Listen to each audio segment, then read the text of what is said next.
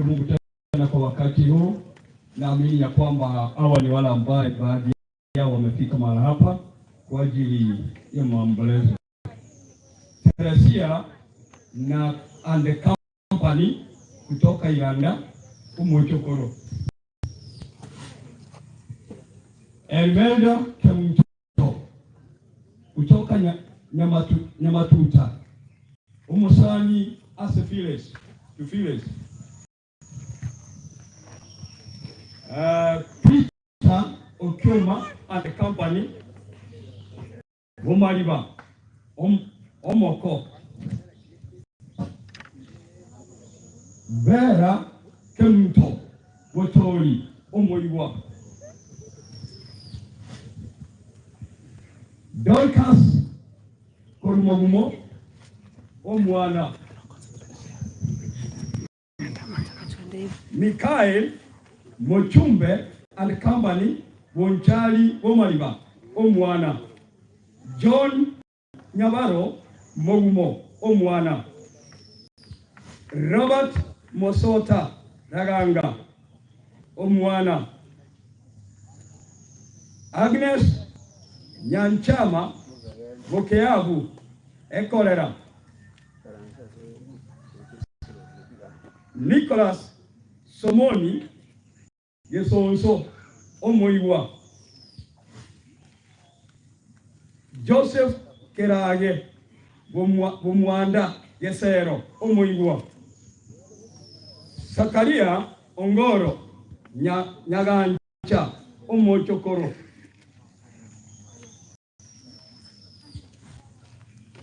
Jared Onkoba Botori Semo Paul.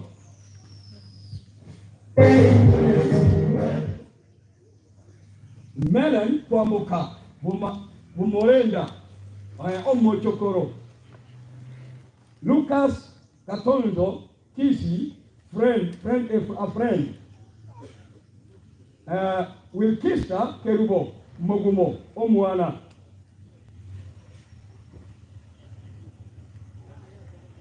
Kisi Empire TV. Kisi Media.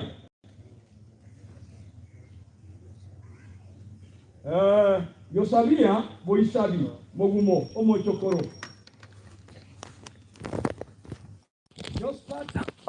Wale walikuwa wanauliza bibi ya Edwin ndio hiyo kuna mtoto wake na huyo ndio mtoto wake ako mwaka na nusu. Warongo Daniel Mumariba, cousin to Joas. Thank you. Morende na ikubaliga ni mwezi wale wote ambao mmefika na wataka tu kuwakaribisha ya kwamba mjiishi mko katika eneo hili kwa jina la Yesu Kristo. Karibuni. Thank you.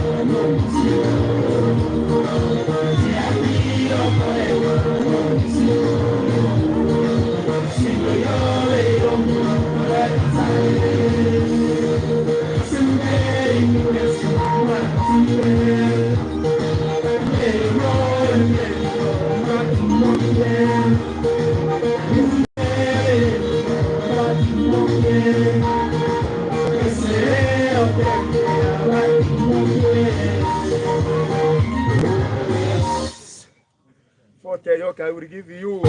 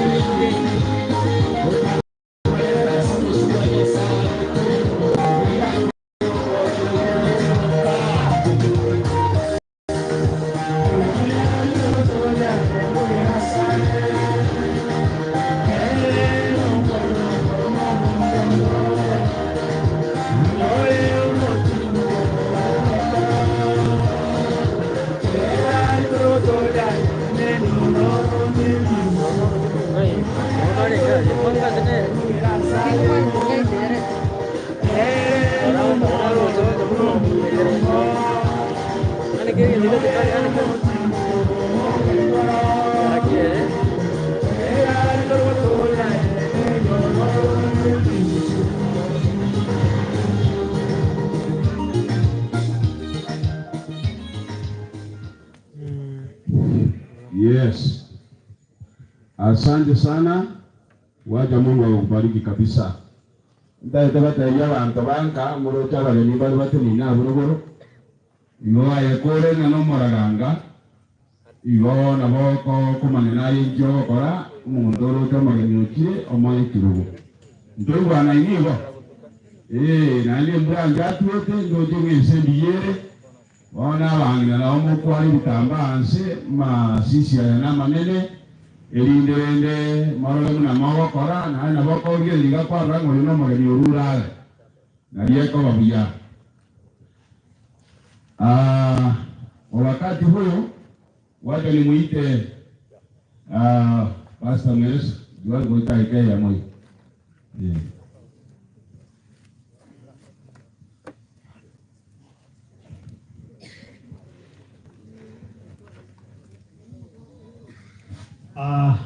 Tumeshukuru. Tunapoendelea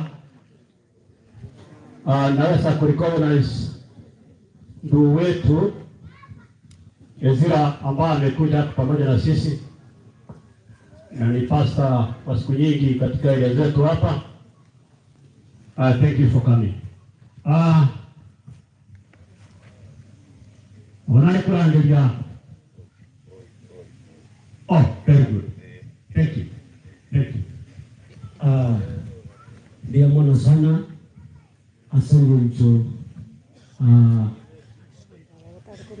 Nashukuru kwa sababu sababu ya wakati huu maalum ambaye nimeweza kupata kwa ajili ya kuleta faraja yangu kwa hii familia ambaye ninajua vizuri, tumetembea nao pamoja wakati nilikuwa nahubiri katika mji huu wa Raganga. Kwa hivyo familia, tuko pamoja na nyinyi na tutazidi kuwaombea. Kalia watu wote wamekuja kwa ajili ya kuleta faraja kwenu. Nataka tu nisome neno la Bwana kwa muda mfupi sana ili tusikie ni kitu gani Mungu atazungumza nasi. Kitabu cha Methali 20 mstari wa 27. Kitabu cha Methali 20:27. Somebody can read for me.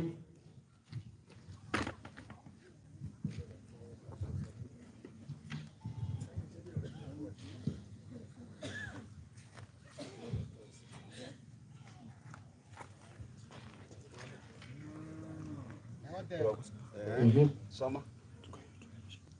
Omoika ore aso muntu noro etaya yo monene nigo ekomoreka na kumanya amang'ana onsi.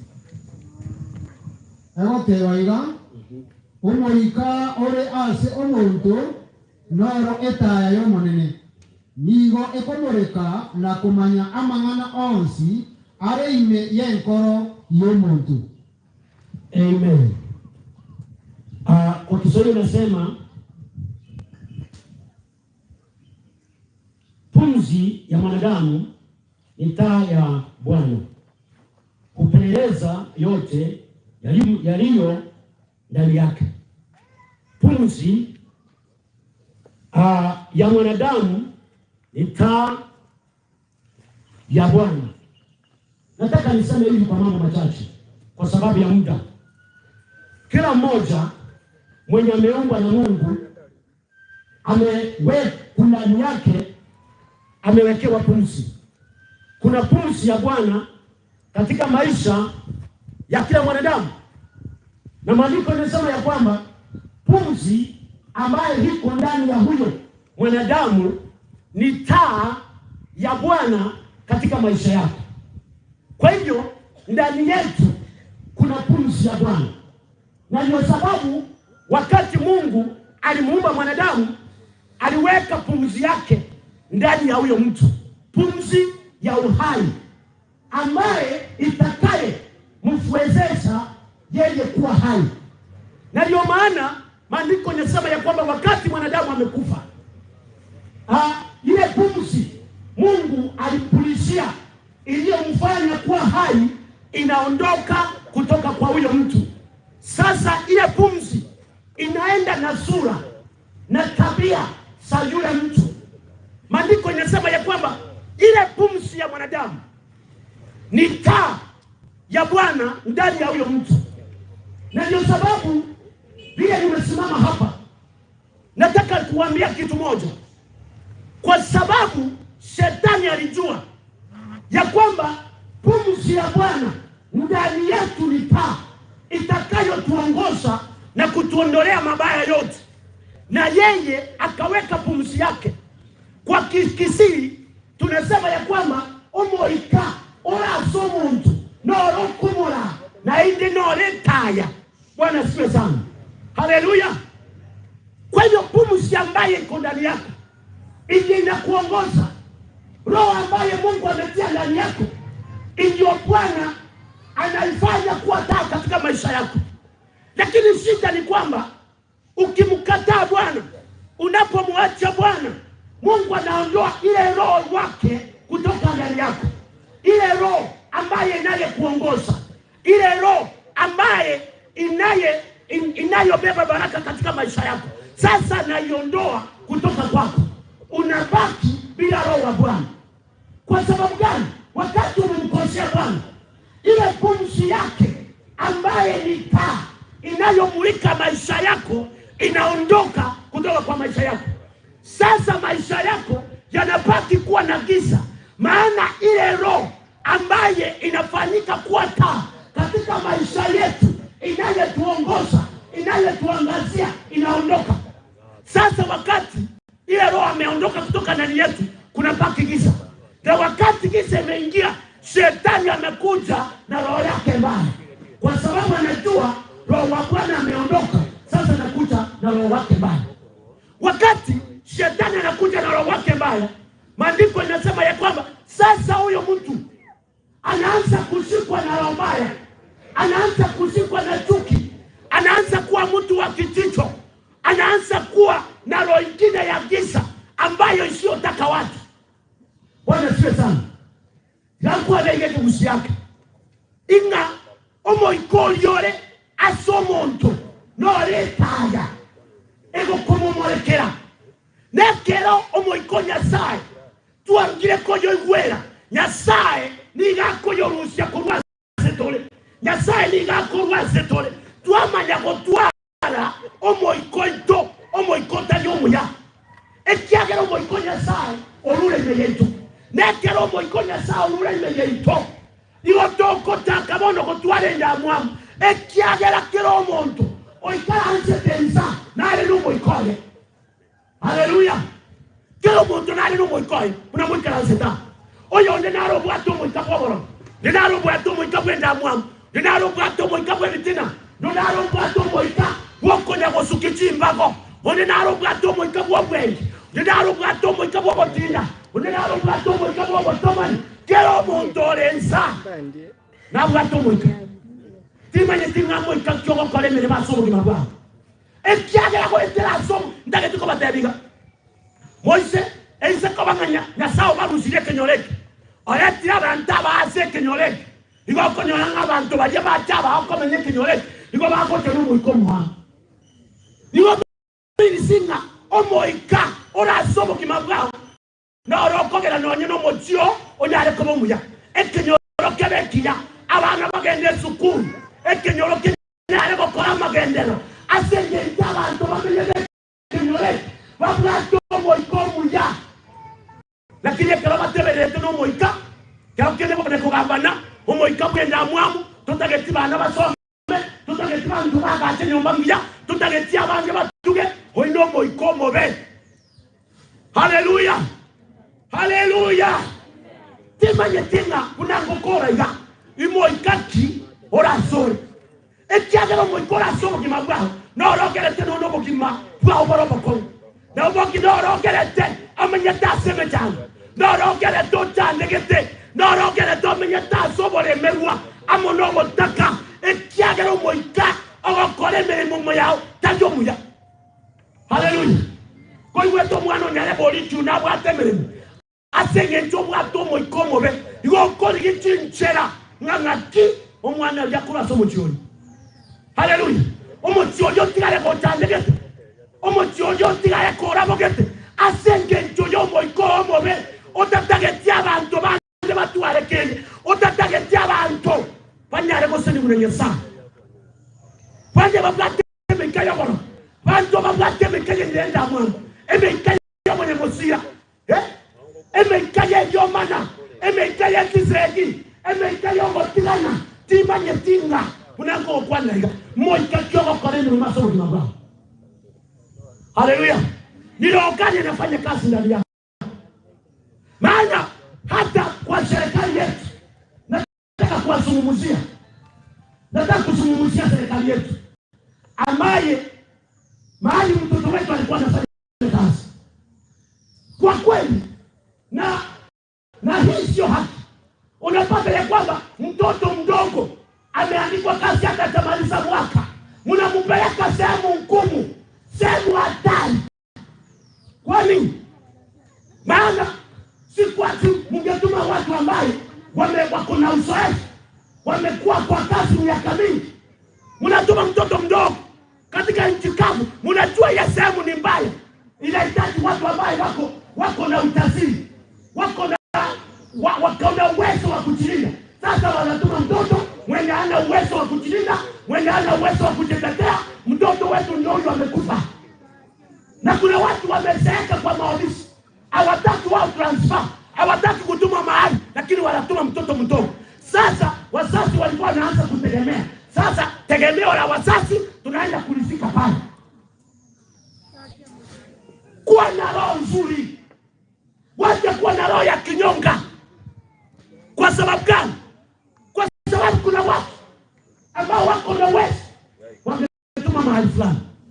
Wacha Bwana akaweze kutusaidia. Watu wetu tuwe na roho nzuri juu ya wenzetu. Serikali yetu tuwe na roho nzuri. Vijiji vyetu, maafisa wetu, wafanya kazi wa serikali kuwa na roho nzuri. Wacha kuwa na roho ya kinyongo kwa ajili ya watu wengine. Biblia inasema ya kwamba roho ambayo yako ndani yetu ni taa ya Bwana. Ni roho gani yako ndani yako? Ni roho gani yako ndani yako? Wewe ambaye kama wewe ni mchawi, umeroga watu wa kijiji, hutaki kuona watu wakiendelea, hutaki kuona watoto wa wengine wakifaulu, hiyo ni roho gani ambayo iko ndani yako? Hiyo ni roho ya giza. Na lazima tuikatae kwa jina la Yesu. Amen. Tusimame sote niwaombe. Hiyo roho mbaya iwache.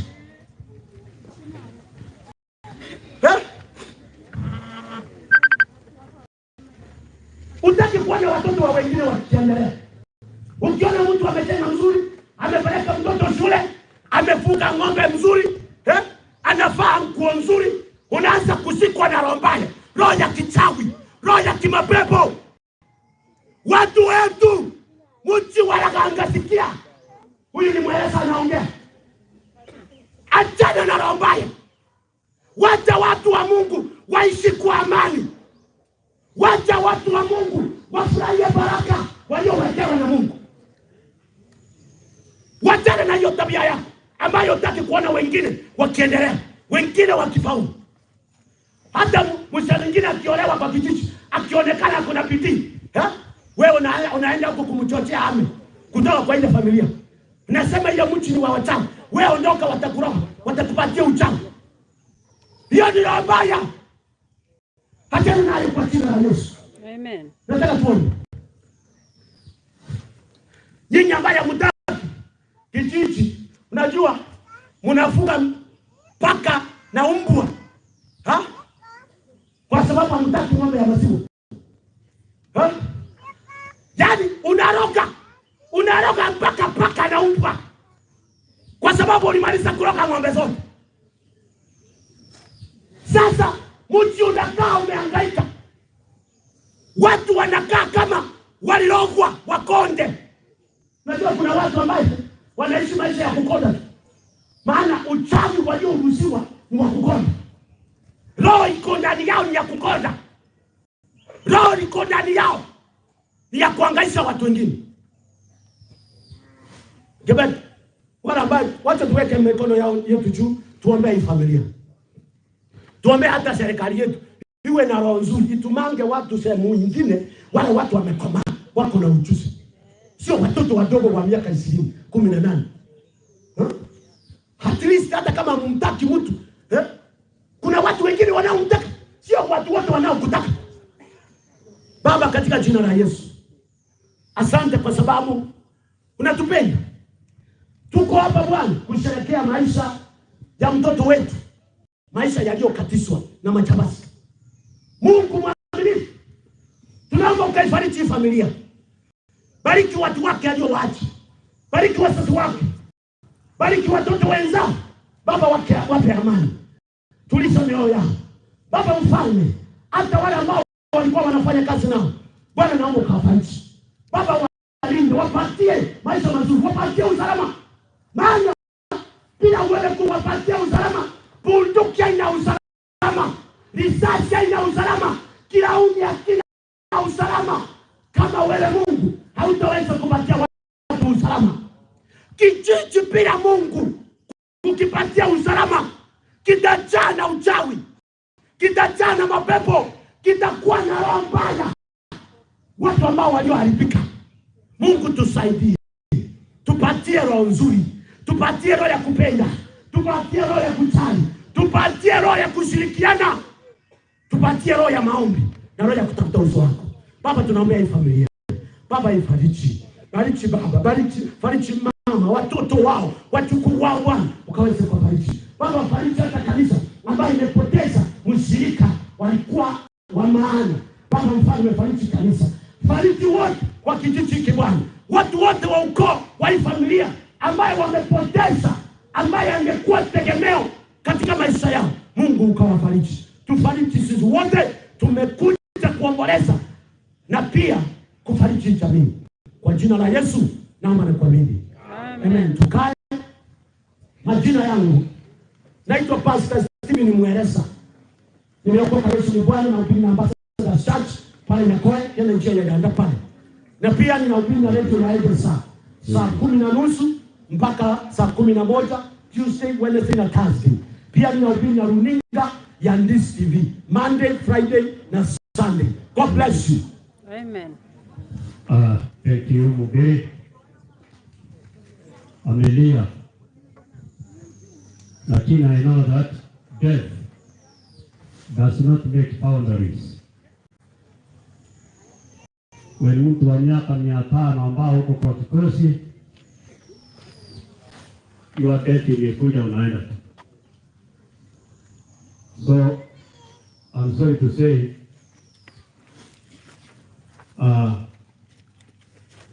wazazi wa mtoto sikie, mtoto alitumwa kwenda kufa, alikuwa kwa kazi. So it's best now tusahau. Nikiita ndugu wetu Ezra, nakuja usalimie umati. Hakuna mhubiri mwingine tena atakuja, kwa maana nataka nikunje chambi hili tuende mambo mengine. Huyu pia ni afisa mkubwa katika serikali, tena ni mhubiri.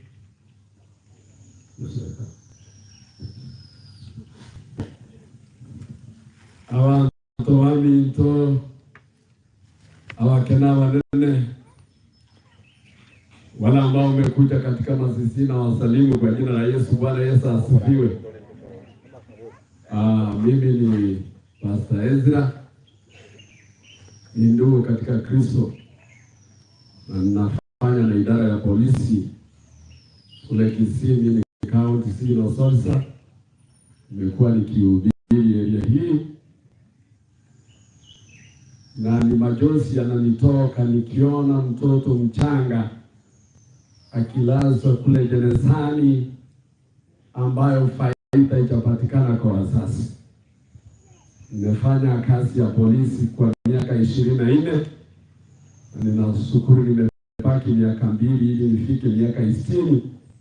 Nashukuru Mungu sababu Mungu anachunga watu wake kulingana na uwezo wake. Biblia katika kitabu cha Yohana 15 fungu la 7 inasema, nyinyi mkikaa ndani yangu. Ijasema ukae ndani ya SD ya Makatoliki ama PH. Biblia imesema ya kwamba if you abide in Christ, ukikaa ndani ya Yesu na Yesu akikaa ndani yako, ombeni utakalo nawe utasifiwa. Kende yonsi ogosaba kogwata inama na Nyasaye. Unamega inaanzireta ase polisi nsepi, lakini asengi kirete na wagote Nyasaye na shukuru kwa yote. Mama Alisi na Paul mtoto amelala. Wachibu ni wenu, musimame katika Bwana. Sababu kabili amesema unaweza ondoka ukutane na pilipili ukuwe. Polisi sio ya kuua, serikali sio ya kuua, bali siku inapofika yake imefanya nini? Imefika. Niliona mhubiri mmoja akihubiri kule Nairobi, tulikuwa pamoja naye. Askari walikuwa wanafukuza wezi, risasi ikatoka nowhere ikamuua akiwa na Biblia. Wajibu wangu ni kwamba maafisa kaeni ndani ya Yesu, sababu nyakati tunaishi mbaya. We are staying in a very awkward situation. Iliona hospitali tulikuwa pamoja naye hapa Mr. Simon Gababu. Tulipokuwa pamoja naye leo, kesho yake nikasikia amekufa. Tutafute uso wa Bwana sababu hakuna Mungu mwingine ila ni Yesu mwana wa Mungu tunaweza kujivunia. Unaweza kaa Katoliki, unaweza kaa PH, unaweza kaa SDA, lakini cha watu ni kwamba you have to abide in Christ. Kaeni ndani ya Yesu Kristo. Na wahubiri nami nawaomba mkae ndani ya Yesu, mhubiri nchini. Mimi Elia nikimalizia niliingia nyumba kwa nyumba nikahubiri nchini, waliokoka wakaokoka. Abantu bakora kwa baroi bachandire se ya gusina onchora Southwest. Abaroi bachandire abantu nabo koruturwege ntokwera so kwera ucha. Lakini kora abemera ya Yesu utakuwa mshindi. Simame nami niombe.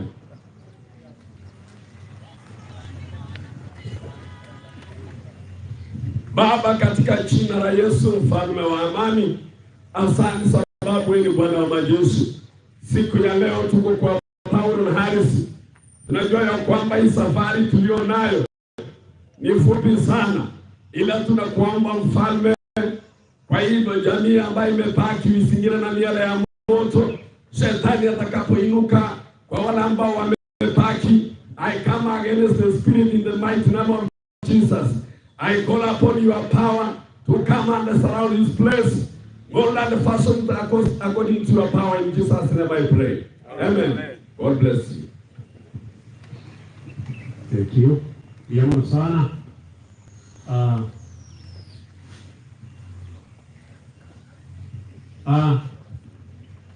Marafiki wote, friends to Paul, friends to the late, any friend, please, when you come here, muonekane ni wewe, mpigwe picha, and then you want among us you aombe. Come in front. Mmoja wenu aombe. Hatuna wakati mwingine tunaenda kupatia somebody nafasi that is special. Kufuatana na maombi ama na wishes ya familia, there is nothing like saying pole kwake. Pole haitamsaidia. Mami, please come in front. Marafiki wa mchi, marafiki, mimi najua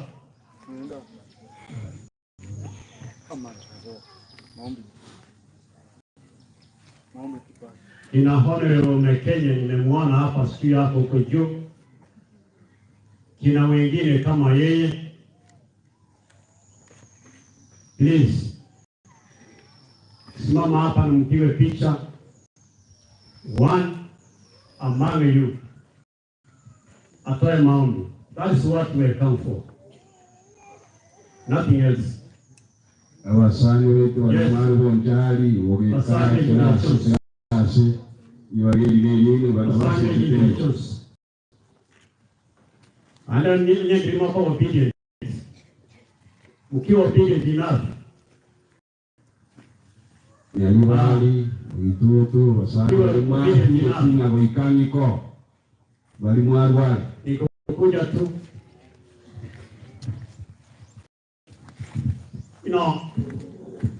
Mambo ya Kiafrika ni mambo ngumu sana.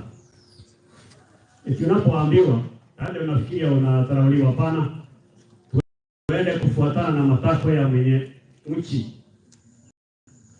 Hataki ambiwe pole. Ilienda kumpembeleza, tumwambie pole, akakataa. Hiyo pole itamsaidia. Kwa hivyo ujue ni nani anaenda kuomba. Wacha nianzia hapa. Huyu ni ofisa ambaye alitaka kutawala kwetu hapa. Anauma sana. But don't go details, please. Asante kwa kupatia nafasi. Sisi sote tumeungana hapa kumsindikiza ndugu yetu. Na kitu kingine kimoja nitaweza sema ni hivi. Huyu ndugu yetu baba wao kijana ni kama kutoa kitamba, alikuwa anataka mtu wa kuwa kusaidia nchi yake, lakini kupata nafasi. Lakini kijana akapata, naye ametupata. niomba hawa maafisa, najua hii familia napenda sana kuwa watu wa kusaidia nchi yao. Kama mtakuwa na nafasi, tuwaomba usaidie ndugu zake hawa wengine wamebaki, wapate nafasi waendeleze fikira au jamaa mnanibaki zaidi. Kwa hiyo tuomba kama ule mwenye kuwa kiongozi mchukue ujumbe, wakati mtapata mnataka kufanya recruitment mweza kutuma watu wetu, kwa sababu wanapenda kuwa nchi yao. Asante sana.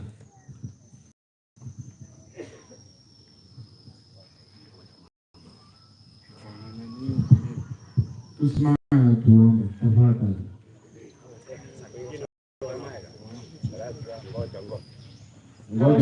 Nyote ambaye mmekuja katika mkutano wa vijana wetu, na fariki familia, nawaambia mtegemee Mungu na mbarikiwe.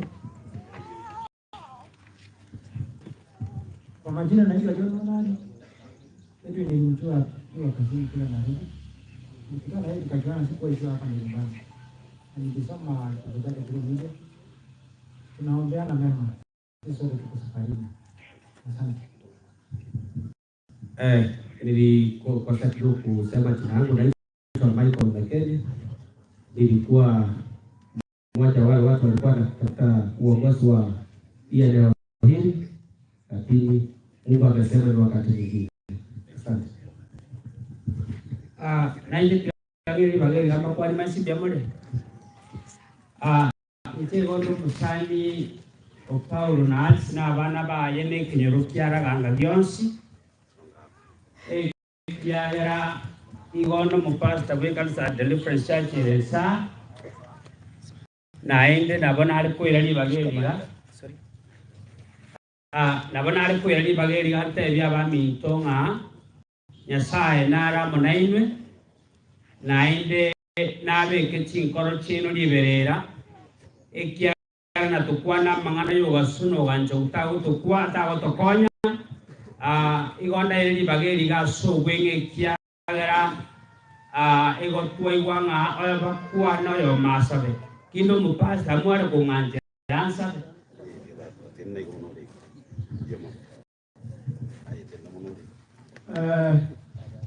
Niko bakwanya kana wale wakili tuacho sama kiko kwa Peterson unyakola Mungu Paulo msana na Paulo Paul. Nani naitwa Taso na Chika Momo hapo. Naitwa Bo na jamii yake, hata ingawa hatujachuana na mtoto Edwin wakati nilikuja hapa ndiye alikuwa kazini. Kwa hivyo Mungu ndiye anatoa, tena Mungu ndiye anachukua. Asante.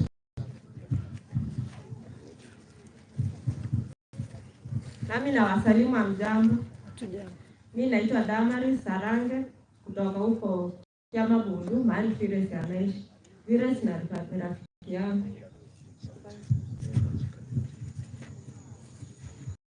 Wapendo wa Mungu wa mchambo. Nami ninatoka Katalonio. Baba yake marehemu ni rafiki yangu sana. Hii ni mpango ya Mungu. Hakuna la kuongezea tafadhali. Asante. Habari sana ndugu. Mimi naitwa John Nyabaro.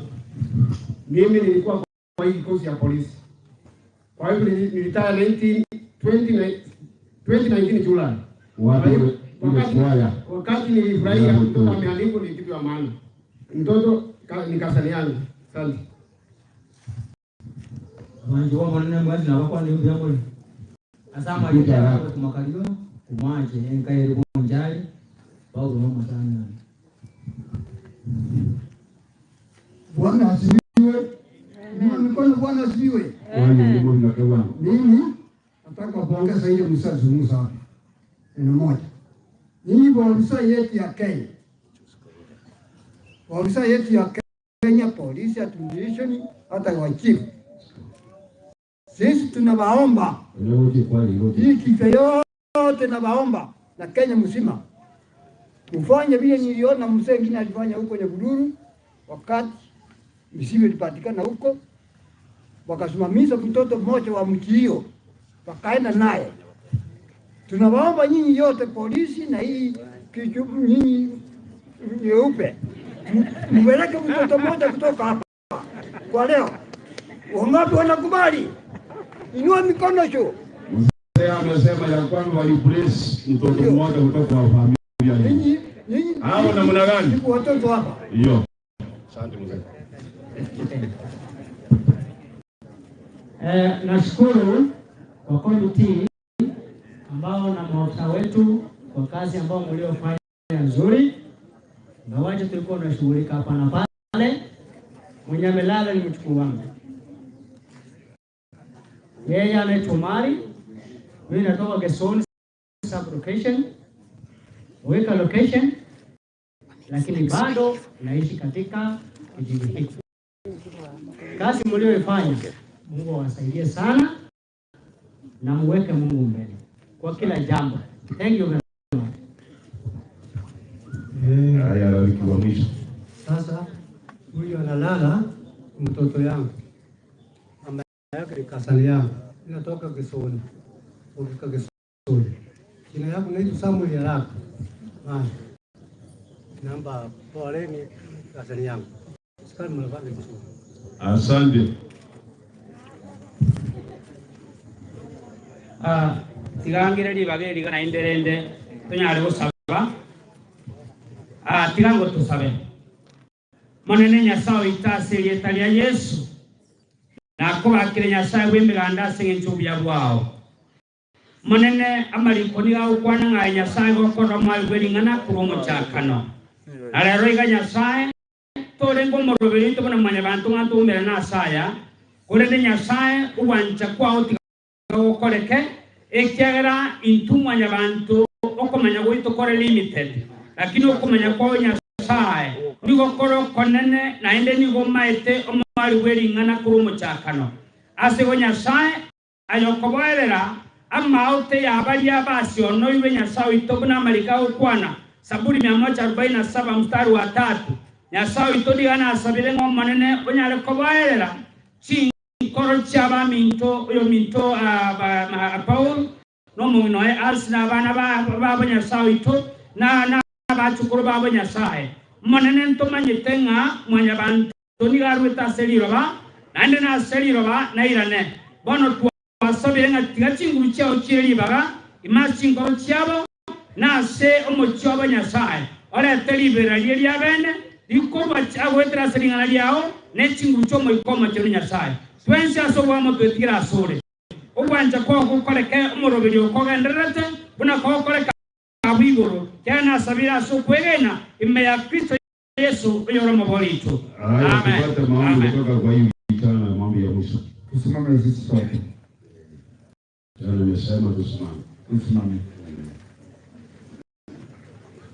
Na mimi ni rafiki ya mzee mwenye vijana amelala na mama yake. Tusimame na tuombe. Wana wamevaa kofia, tutoe katika jina la Yesu. Tuombe. Baba mwenye uwezo na mamlaka, Baba yetu, tumekuja mbele zako kwa wakati huu Baba. Sisi ni wenye dhambi. Baba, tunakuomba ya kwanza utusamehe. Tumekosa kwa kufikiria, kwa kuongea, hata kwa kutenda. Baba, tusamehe. Ili maombi yetu Baba yetu usikie hapo juu mbinguni Baba. Sasa tumekuja kwa familia ya wapendwa wao wamelala. Baba, naomba wapatie tumaini ya kwamba hapa bali tuko sahihi, sio kwetu. Sisi ni wapitaji. Kuna mahali ulienda utanelewa, mahali utakuja utupigie Baba. Sasa Baba, wenzake waliofanya kazi na wao wako na huzuni mwingi Baba ndani ya moyo wao. Baba, naomba wapatie faraja na tena uwachunge na kutoka mwovu Ibilisi. Baba, Shetani ni muongo, lakini Baba tumekuja kwako ili Baba utusaidie.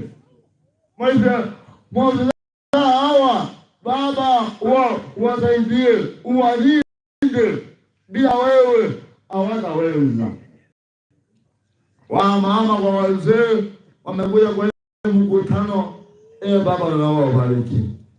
Bariki watoto wao, bariki mafamilia yao, wakitoka wakiingia wabariki. Tunaharibu nguvu zote, nguvu ya wachawi, nguvu ya roho, nguvu ya mesia, uingie katika jina la Yesu. Watoto wao wanaenda mashule, uwachunge hata na wapatie school fees. In Jesus' name I pray. Amen. Bwana wa maana wabariki kwa sana. Thank you. Quiet.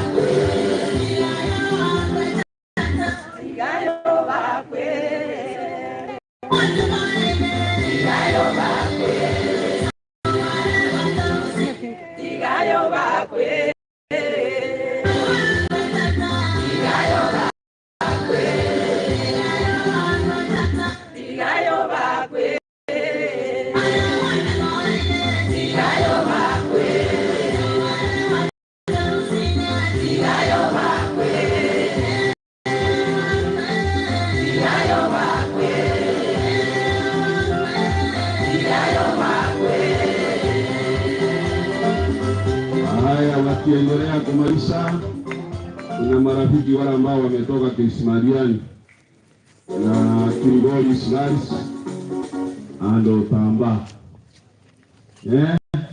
Ismalian wabila. Kilo kikundi. Muko. Yes, kuja. Kuja haraka. Na wale wametoka Kirigori Islands. Na nyinyi mjiweka tayari. Kuna wale ambao walitoka Utamba na Pas.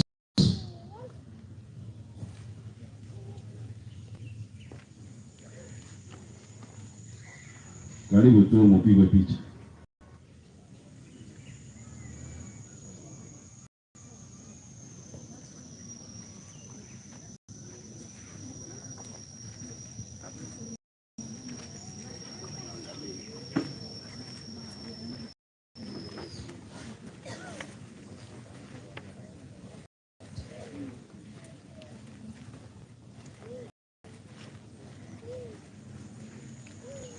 Aya, aba mura bari bonse mura magana ari magenda mu Steveni ari bogoro mara yate biroga abande bayikaranse. Aba mura bonse bekeraranga bari murajya. Yoka mu Steveni bogoro mara yate birogo.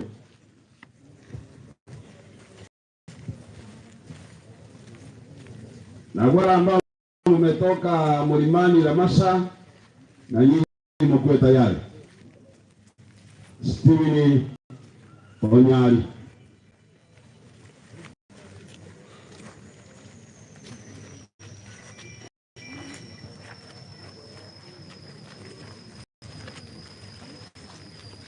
Marole ni kuna siapa abate ya sema kurusi lungulu. Oh yiro bravo. Angine nyumba hii. Thank you.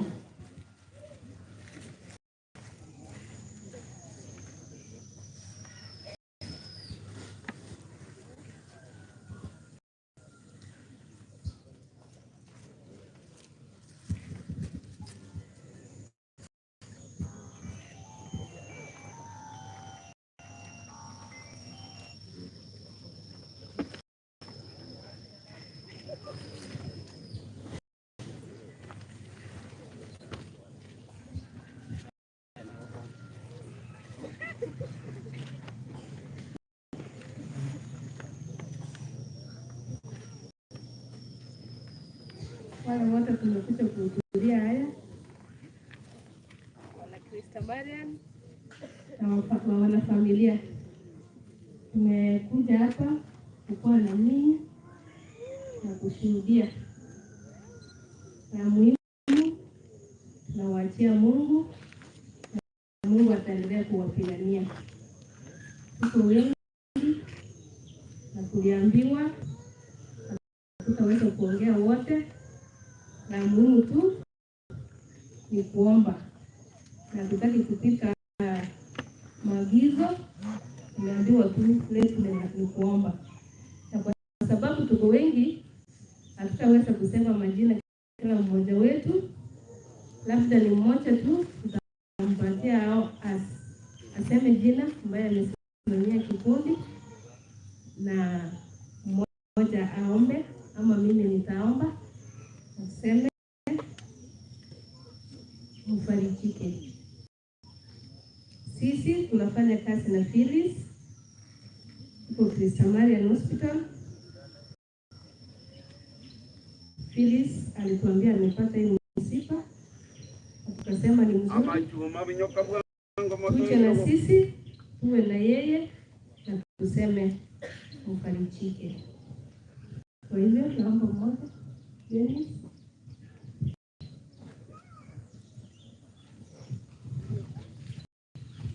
weze kusema neno moja tu, hapo niweze kuomba tumalize.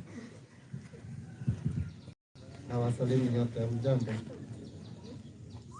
Sisi tumekuja tu kushuhudia na kuwa na mwenzetu, ni mmoja wetu, na ni vizuri tukifika karibu tumuone na tumwambie Mungu awe naye. So hatuna mengi, tunasema familia Mungu abaki nani. We can pray. In the name of the Father, the Son, and the Holy Spirit. Amen. God, our loving Father, we come before you this particular time with thanksgiving and praise. We thank you for you being with us throughout the day. We thank you for the daily mercies you granted unto us that you are here. We thank you for the gift of life that you gave to Edwin. And now that you have called him from this life, we pray that you may rest his soul in eternal rest. Pray for the family, that good Lord, you may continue consoling them, deal with them, be their consolation. As we believe in this place, we pray that your peace may remain, and that you may grant us safety to our destinations. And all those who have requested, we may remember them in our prayers. Good Lord, we pray that you may meet their needs according to your most good will. I pray this through Christ our Lord. Amen. In the name of the Father, Son, and the Holy Spirit. Amen. Thank you.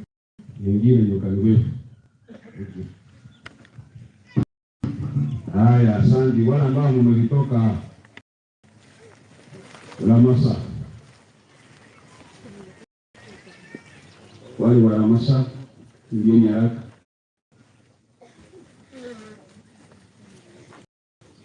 Na hiyo grupu ya Nairobi pamoja ya Raganga.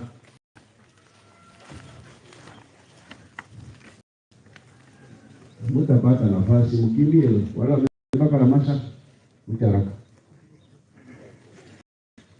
Na wale wa Nairobi ambao ni grupu inaitwa pamoja ni mkae karibu. Songeeni hapo.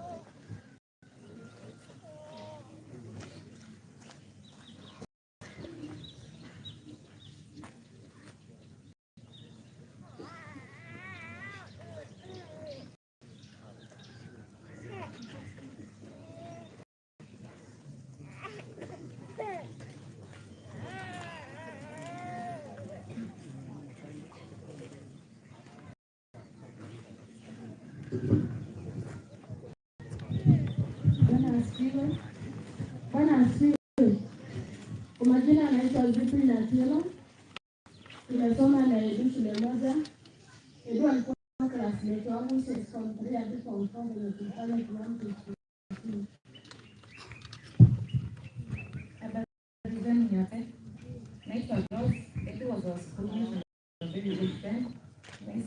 ile grupu ya Raganga moja mkuja haraka.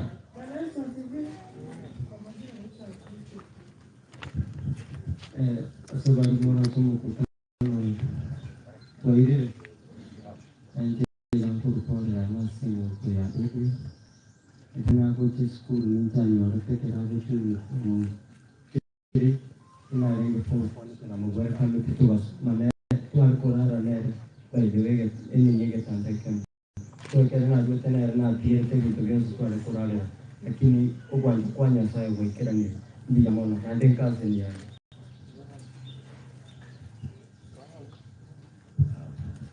Haya, ambizabu ya hii grupu. Wapendwa Raganga na jamii yote na wale ambaye mmesafiri kutoka nchi ya Kenya mbalimbali, tumekuja kufariji mwenzetu, maofisa na wasasi wote. Tumsifu Yesu Kristo. Kwa majina anaitwa James Obuye. Kwetu ni hapa Raganga hapa juu. Tuko pamoja na mwenzetu katika ile chama cha Raganga pamoja together.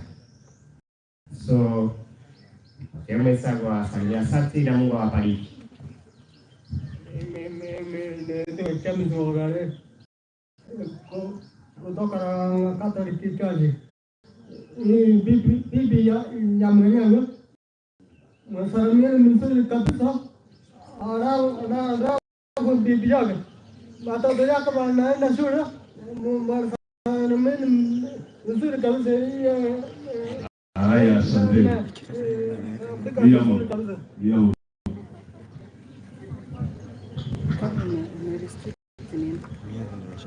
Bwana Yesu asifiwe.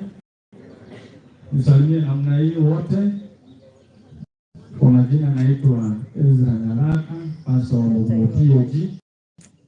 Nimekuja hapa kwa niaba ya Susan Desare ambaye Mama Firis ni treasurer wa kanisa langu, na pia Paul ni rafiki yangu, nimekuwa wa karibu sana.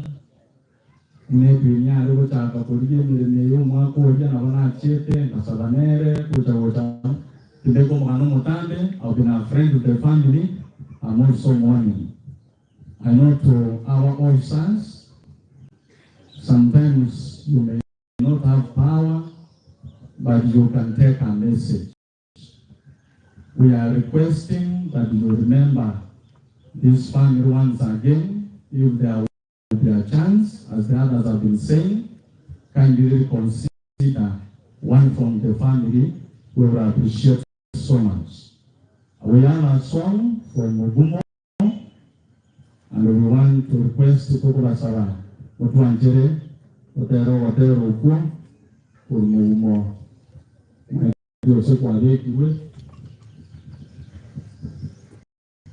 Kiwango bwangu kwa hiyo yao ndoleni sinti nainde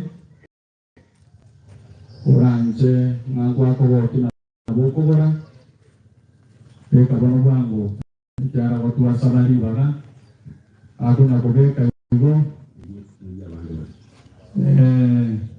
akuna kubeka higo kwa hiyo kubeka uye kan anya mukira kinya bande tumia mitusana. Tufunge macho tuombe kwa ajili ya familia. Mwenyezi Mungu mwenye uwezo na mamlaka, tunakushukuru. Tunajua kila jambo linatendeka sawia na mipango yako. Hata lile ambalo limetufanya tumeketi kwenye miti hii, una sababu na unajibu la baadaye. Tunaomba nafasi yako ya kipekee iwe kwenye boma kwa familia, nazi wote tunapojumuika pamoja tuweke tumaini kwamba kesho ipo, hata kama tunayapitia machungu leo. Asante maana utatenda kwa uaminifu wako. Kwa Yesu ninaomba na kuamini. Amen. Karibu. Mwasalimu wote, bali senu. Wacha nilete wimbo anasema jinsi ilivyo vyema na kupendeza watu wakiwa pamoja wanafanya nini? Wanapendana. Leo taro tunafikiri vya kila watu wanataka wale wana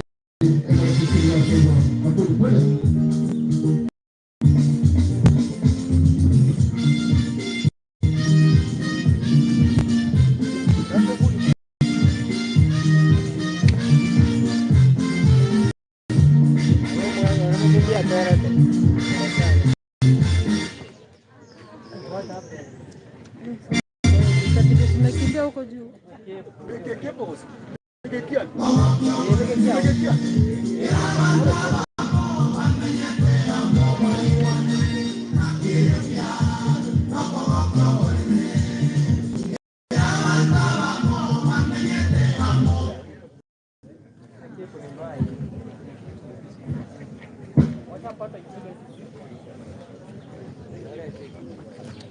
Watu wa system ni poa.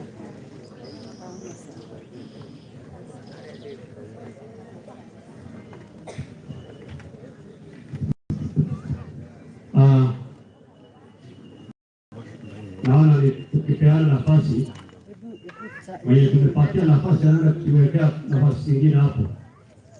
Hii nilisema fuata mtindo kutoka kwa kiti hapa. Ama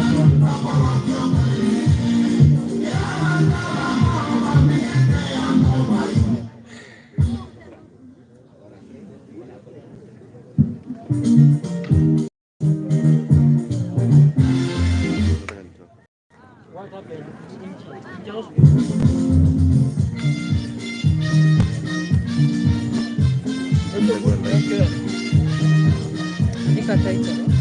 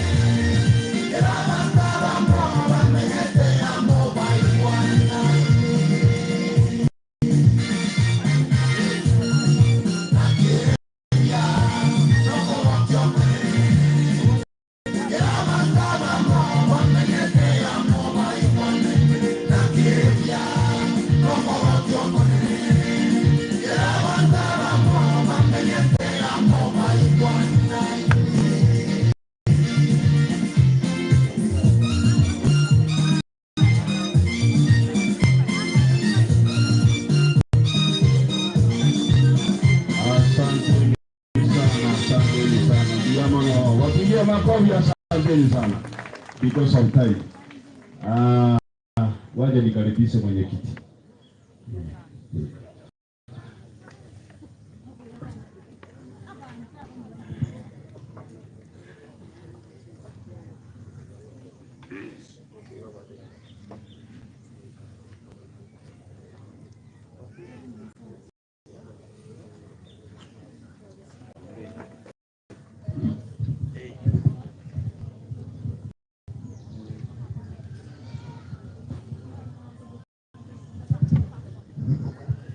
Nafikiria tunaenda kufika ukingoni wa maneno yote.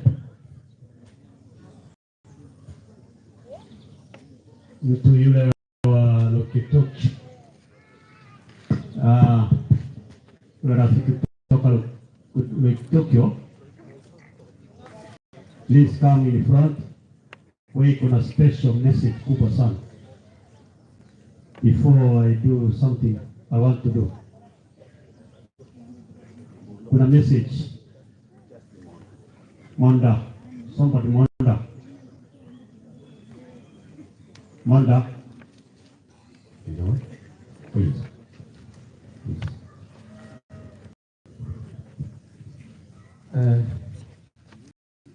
Upendo wa Mungu wasalimu kama hata kutuko kwa mabaya. Hamjambo? Hatujambo. Hamjambo tena? Hatujambo. Asante tangu kujasi mona. Site rinyankoba kitabo. Edwin umari ito manyana tena ya rumakoyo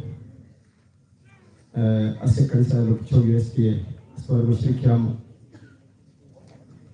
yumataranga yukuru Lokichogyo nche Omochokoro KDF na watu wa Rengamo ade umupaka South Sudan before umrola ku transfer agende asaje tukumira na makweri asakuru kurokori the previous Sabbath na mwakeri singa chata kanisa ngande yuwa ku transfer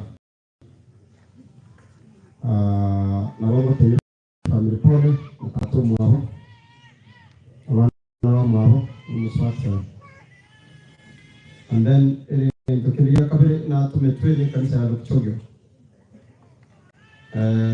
wate abantu na batukana wate ina benke ya washiriki turanye 20 and we are privileged that abana baito batores kwa kwanda tororo both for KDF for TSU a police ono ngari kwa tatu mwao after then ikiagari wate liko na rambirambia kutoka hiyo kanisa na wenzetu kutoka KDF both KDF na GSU, but sana sana ile message niko nayo na rambirambi niko nayo ya 13 kutoka kwa kanisa la Lokichogyo pamoja na yangu.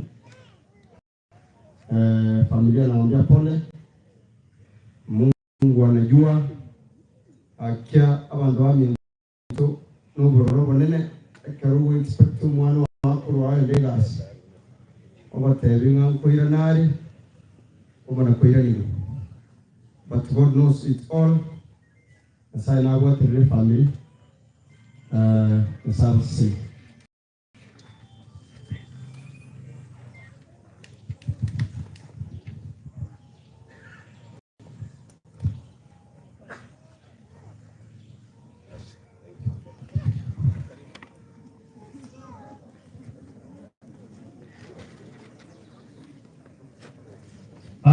Thank you very much. Tumefika karibu na kikomo, but I would wish if the officer in charge of this group to allow me read this family memorandum before you, sir, and if possible, please, because I wish you shake the hand of the brother to the right, and also his wife with the child. Please, I wish you would shake their hands. Then after which I may read this family memorandum before you.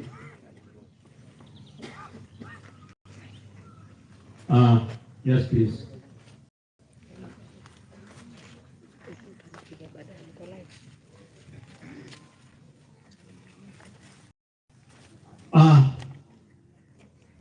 Hope you may listen to me as I read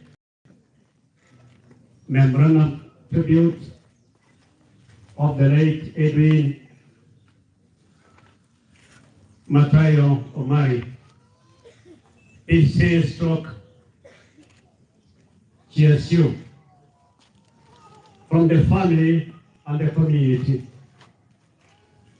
We thank the NPS, that's National Police Service, for recruiting Edwin Omari as his passion to fight for the country, Kenya. But unfortunately, he died on the line of duty. As the family of the late Edwin Omari, we urge that the NPS to fast track his benefits as required. NPS to fast track his compensation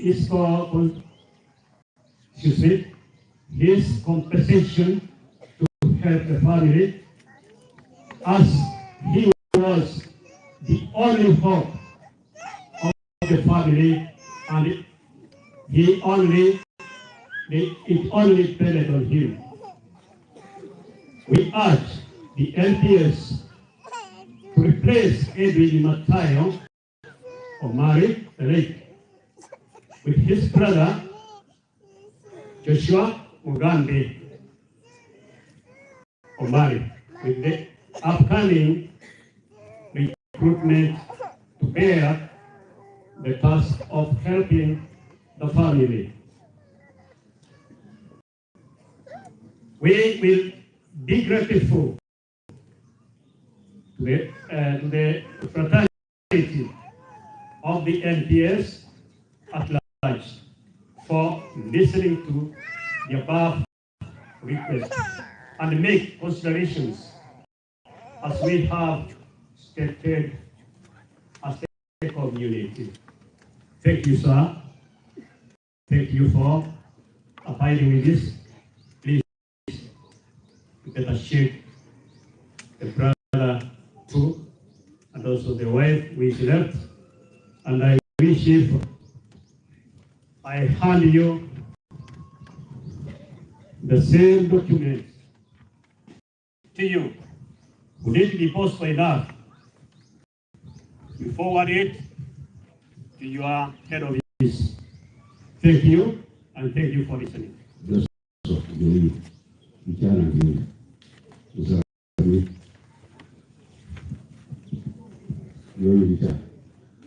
Wamayo masayo, ini dari presidi wali.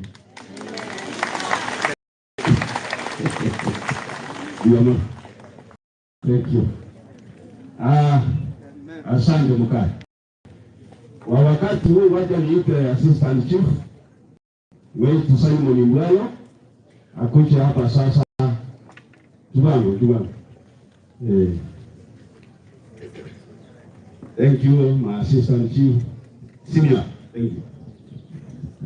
Nami ningependa kuchukua fursa hii kwa makiwa ambao wamekuja hapa kufariji hii familia ya Mr. Paul Omari kama area senior assistant chief. Nami natoa rambirambi zangu kwa hiyo kijana ambaye ni mchanga wa miaka 28 aliweza kupatwa na janga akiwa kazi pale Turkana, na hiyo tunasema kama serikali ni hali ya kawaida kwa afisa yeyote akiingia katika kikosi, kwa sababu naweza sema kwamba ukiwa na bunduki unajitayarisha kwa maneno mengi. Pia natoa rambirambi zangu kwa ile kikosi cha GSU. Poleni sana kwa kumpoteza huyu kijana. Niko na historia ndefu sana ya huyu kijana kama assistant chief wa area hii na familia yao kama mzee Paul Omari. Namshukuru sana Bwana Dio amekuja, Dio wetu wa Mosoto ako hapa. Tumetoka mbali sana na hii familia. Sio vile mimi ni assistant chief, lakini mimi ni mtu wa karibu sana katika hii familia. Huyu kijana wakati alikuwa anatafuta hii kazi, we really struggled a lot. Mimi na mzee na mkubwa yangu pale, but Mungu alitujalia.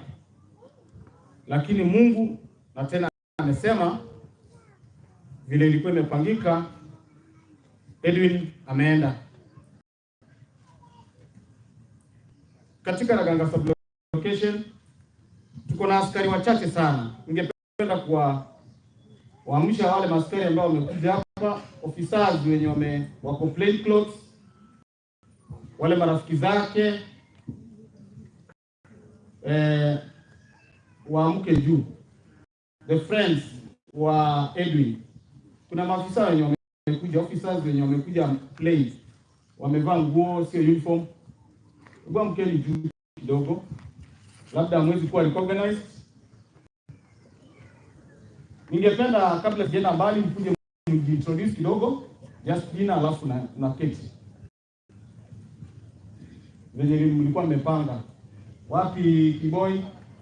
Wakiongozwa na Kiboi APS Kiboi ambaye anafanya Turkana East ama North South.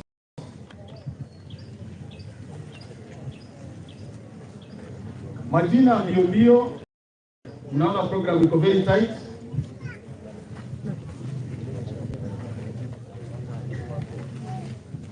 God is good. All the time. Kukulia grade kwa sana kwa majina ni akiwa wiki. Niko Turkana County, Sabina. Yes. Na wasalimu wote mjambo. Kwa majina ni Brian Mbati. Nafanyia Nairobi. Nimekuwa na hiyo mtoto training na mpaka venye alikuwa ametuma watu kufanya. Kwa familia, poleni sana. God is good. Kwa majina Jafet Emonyo, Edwin la kiongo wa karibu. Tunashukuru na yeye katika kazi kwa muda mrefu ama muda mrefu, lakini Mungu ametoa Edwin. Poleni sana. Bwana Yesu asifiwe. Kwa majina naitwa Douglas Senge from Narok County, Kimako. Good morning na wasalimu na kamjambo. Kwa majina ni Vincent Mokwani kutoka Nairobi. Kwa majina ni David Namboga. Mimi ni wa IP, niliandikwa na Edwin siku moja. Huyu ndio alisaidia kupata nafasi. So really so kumpoteza. Asante. Nawasalimu mjambo. Kwa majina naitwa Isaya Umweri na Edwin tulikuwa na yeye kwa uwanja for recruitment that day. Kaenda Embakasi tukiwa pamoja. Wakati wa posting ndio nilitumwa Mandera County na yeye akaenda Sudan. Pole kwa familia. Hapo kwa hiyo msikie mbele. Bwana na usimuone. Kutoka mara kwa tiari. Usire mwana mmoja na idura wana wake. Akini ndio kwa dai. Ero tutanga ni mbele.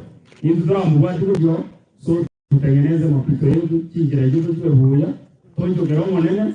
Egarora yigazi. Izazi ndio kwa nyama mwe na ndio monene. Wako gani ndio kwa mradi. So kitu tuko na hakika siku ya mwisho parapanda itakapolia tutapatana na yeye Mungu tutakapomlaji mwana wa Mungu wataya zira atumuka lakini kama kwa neno of duty whatever as a family ni mbora sana lakini take heart na utamu. Kwa majina naitwa Boaz Ogaro. Mimi nafanyia kazi huko Mombasa. Kwa majina ni Boaz Ogaro, nafanyia kazi huko Mombasa. Tuko pamoja na hii ndugu yetu mwenye ametangulia. So ile kitu naomba mtu weke kwa maombi. Hii kazi yetu nayo inakuanga na changamoto mingi. Haya, pole kwa familia. Bwana Yesu asifiwe. Kwa majina naitwa Victor Kemo. Nilikuwa na Edwin training lakini mimi nafanya kazi hapa Kisii Central Police Station. Kwa familia pole sana, Mungu yupo. Anajua ni kwa nini nilifanyika. Nisifikirie sana, ilikuwa kama ni kawaida. Asanteni. Tumsifu Yesu Kristo. Kwa majina naitwa Samora. Tumetrain na Edwin na tumeanza kwa pamoja na Edwin. Kwa familia naomba waambie pole. Mungu anajua kila kitu. Kwa majina naitwa Daniel Mwanga, Chesi Nairobi. Hamjambo. Kwa majina nilikuwa Samuel. Edwin ni rafiki yangu. Kwa hiyo family. Na wadau wote hamjambo. Kwa majina naitwa Evan Mecha. Hapa ni nyumbani. Mimi nafanya kazi Kenya Police. Yeye anafanya kazi Kenya National Police. Hawa area basani mechi ama kumikira na wafanya ndio. Ikira tulete ngara hizo somocho ndio yangu kwa Rosire. Edwin ni mwanafunzi wangu. Kira mbele yanka na mwisho kia ni Mbakasi. Mwanafunza polisi kama mmoja wa background. So tuwalete pole zetu. Apa ni dia mo? Mana tangko ko Edwin? Ngeki, okay. Edwin mo sa ande no mo to pante sana, lege kondo kanisi. Njengo kora na haldi ni semo ya boy. Ndio amekuwa ni boy pia. Kama ile tangko Santos na Mao. Yes, tu de quarters, nje na karibisha familia na ndio. Wale se familia.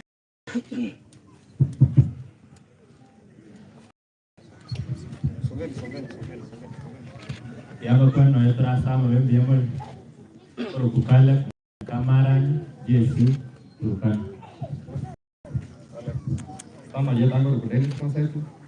Jesu Nairobi. Kwa kwani dia mana? Kama dia tanggul sami ayuma, bangsa mereka, Jesu tekae kam. Tekae. Na kwa ni wansi dia mana? Asama dia nagenya Justin, ngambu longo, auto Nairobi ya jekae. Asante. Na pona sifani. Awal dia mana?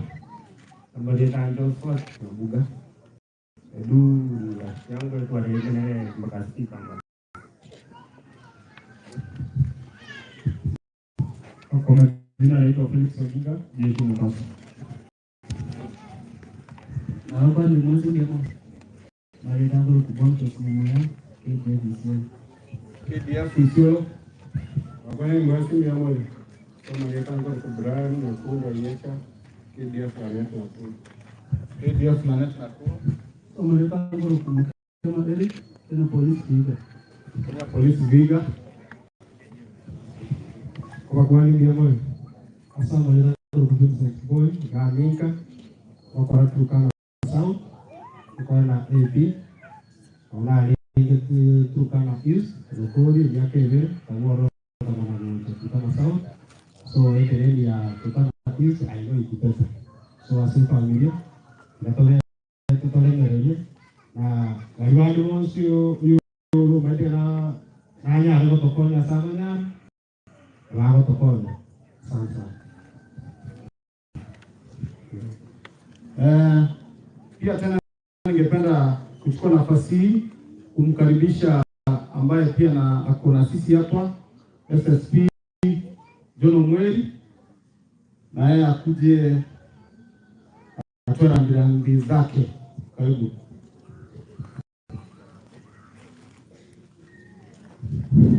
Asante sana kwa sisi sote. Familia, wageni wetu, tumetoka kule Nairobi, National Police Service. Mimi kwa majina naitwa John Mweri. I'm a retired serious potential police. And again, I was in the county as a director. But when mtoto mtoto wangu nyumbani hapa, ikawa mjukuu kwangu ni hapo karibu. So the senior officers and all other officers, you are most welcome to this area, and we commend your duties as you have done, because kutoka nilipoka hapa Mungu amewafikisha salama. Na nimeona umefanya kitu nzuri hapa. Consider mtoto wa boma hii mmoja. So I also request you officers in charge to also do what you have said. Kwani kile umesema, hata Mungu ameangalia ya kwamba sisi zote tumekuwa mashahidi. Ufanye hayo ili tufariji familia hii. Tujue Edwin before the case is and God will bless you. Thank you so much for most welcome. Asante sana former SSP wa National Police Service. Nami ningependa kuongezea jambo moja kabla sijamuita chief, alafu waite dio wa division yetu. Naweza sema Edwin amelala na hawezi toka pale, na nimeona kitu ningeomba GSU department na National Police Service, nimeona memorandum imetolewa hapa. Ningesia kwamba hiyo memorandum itiliwe maanani, sababu nasema hivyo kwa sababu sisi ndio watu wa karibu hapa. Tunaona jinsi ambavyo Edwin alikuwa anasaidia familia yao kuanzia school fees. Huyu mzee sasa hivi ako na watoto wawili wako university na mmoja yuko secondary. Hiyo kubeba mzigo, Edwin alikuwa amebeba mzigo karibu nusu yake. So nina uhakika ya kwamba haya matakwa ambayo mmepewa mtafikisha pale kwa wakubwa ili yaweze kutekelezwa. Otherwise sina mengi. Mwendapo mfike salama, na ningependa kumkaribisha chief wetu wa location ambaye ni Videlis Oeri Nyata. Kumalizia, kwa majina naitwa Samora Kibagendi, Senior Assistant Chief wa INKA Sub Location. Asante Bwana Assistant Chief wa area, mkuu wetu wa tarafa ya Mosocho ambaye amefika, our guests ambao ni chini ya uongozi wa Bwana Simon, our SSP ambaye ako hapa, wageni wote kutoka sehemu mbalimbali. Ni machozi katika area yetu, hasa hii sub location, ukiingia kwa location msima. Ninapoongea hivi, huyu mtoto ni kama mchukuu yangu in the village. I'm the most affected. Katika hii kikosi cha GSU is the only one we are devoted in the entire location. Inatawara watu 15,000. Lakini in the KDF employment hawafiki 5. Wa SSP, hiyo ni namba nadra sana katika mambo ya employment. Katika nchi ya Kenya, the only sector we have that is employing is KDF. Yearly, tukiwa na watu 5 baina ya watu 15,000, hapo tuko na kitu kweli? We have nothing. It is good that you have come to our area, one SSP. Hii kazi hapa kwetu uipata ni natra, ni kama gold. Once we have loosened this one person, tumepoteza sana. Ndio sababu nimeona hapa hata nimefurahia sana. You have done a very good ceremony here, mkubwa ya GSU ambaye amekuja. Niliona tayari umepokezwa kijana ambaye atafanya replacement ya mwenzake. Simulimuona alikuwa chap tena mrefu sana. Simkubali aende vile walisalamiana na mkubwa. Hiyo ni msimu umetwikwa wa SSP. Kenye nataka kusema, not only employment, that this boy is sick in this organization of KDF. They are also seeking livelihood. Wanatafuta maisha ya familia sawa.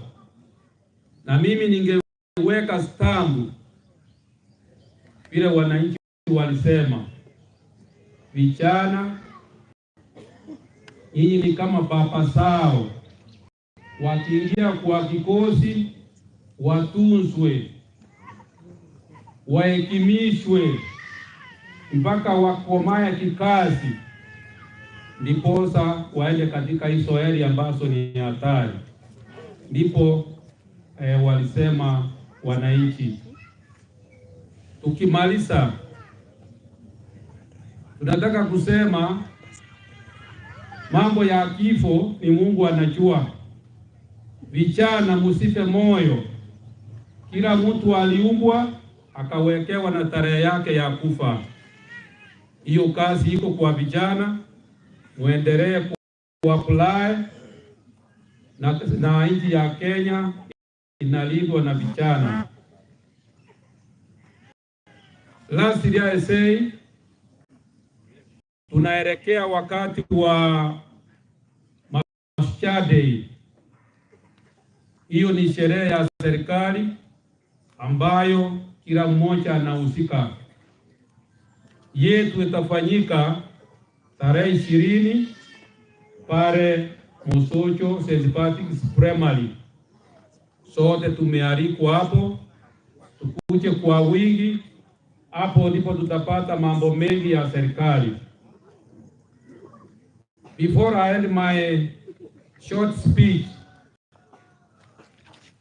if there is any man in the crown ambaye ni chief, ambaye hatutamtambua, assistant chief, tafadhali akuje naye aweze kusalimia, sababu hii ilikuwa time yetu. From outside our location, our former assistant chief nilikuwa hapa, please stand and greet the people. Na kuna wengine ambao ni waiche, ukuje pia. Asante chief kwa hii nafasi. Kuna msemo wa Kisii unasema ubororo no manyene amate tano saiwo. Hiyo ni kusema kwa wale ambao hawaelewi Kisii, uchungu ni wa mwenyewe. Majirani na marafiki wanalia tu na kuondoka. Ile pengo kijana amewacha katika hii familia ni ngumu, na ule uchungu ambao umeonekana ni ngumu, lakini furaha yangu ni kwamba mkubwa amesema atafanya replacement, na hiyo ndio njia pekee yake inaweza punguza ile uchungu kwa hii mzee pamoja na mama wa boma. Mungu awabariki, awasaidie uweze kuyatimiza hayo, na itakuwa ni furaha kubwa hata katika hii community yetu ya Bugusero South. Asante sana. Asanteni sana katika hicho kipindi chetu. It is my time to give my boss pia aweze kutoa rambirambi yake wa ICC. Labda ni boss utampisha wa MCA. Thank you. Asante sana kwa mjane, familia, wazazi wa ofisa, timu yenye imekuja kuomboleza na sisi kutoka kwa National Police Service, our mheshimiwa area member of county assembly na mapasta wetu wenye wako hapa na wananchi wote wa Bugusero na Raganga. Amjambo tena. Kwa majina naitwa Kalama McDonald, Assistant County Commissioner Mosocho. Nimekuja kwa niaba yangu na pia nimekuja kwa niaba ya ofisi ya Mosocho kuomboleza na kusindikiza ofisa mwenye ametuacha, na sitakuwa mrefu wa maneno.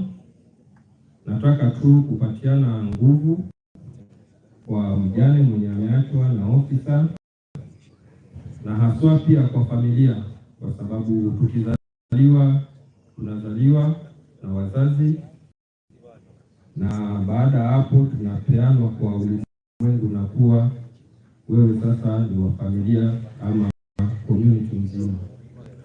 Poleni sana kwa kupoteza kijana, na pia wananchi wa Raganga, poleni sana. Sio rahisi, wenye wanajua huu uchungu penye unashika kabisa kuachwa na mpendwa, haswa familia, ndio wanajua uchungu. So kweli na nguvu imetokea, ametutangulia, na ile kitu yenye inatupatia moyo wote ni kwamba sote tuko kwa hiyo safari. Kwa hivyo tukiwa hapa sisi wenda zake tupi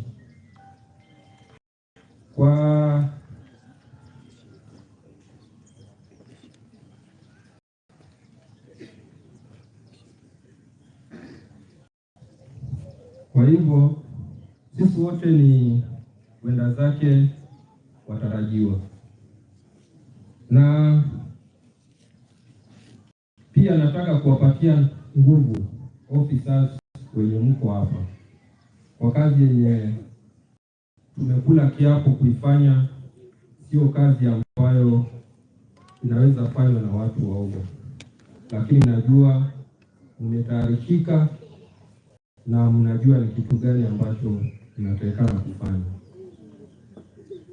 Katika utendakazi hizi ni kama zile changamoto zozote ambazo huwa tunapitia. Kwa hivyo usife moyo kwa sababu imetendeka, turudi nyuma na tusikue waoga, kwa sababu tukiwa waoga wenye tumekabiliwa jukumu kuhakikisha kuwa tunafanya chenye tunatakana kufanya, basi hii ikuwe kama changamoto ya kwenda mbele kuhakikisha kuwa chochote kile ambacho tunatakana kufanya tuwe tutafanya.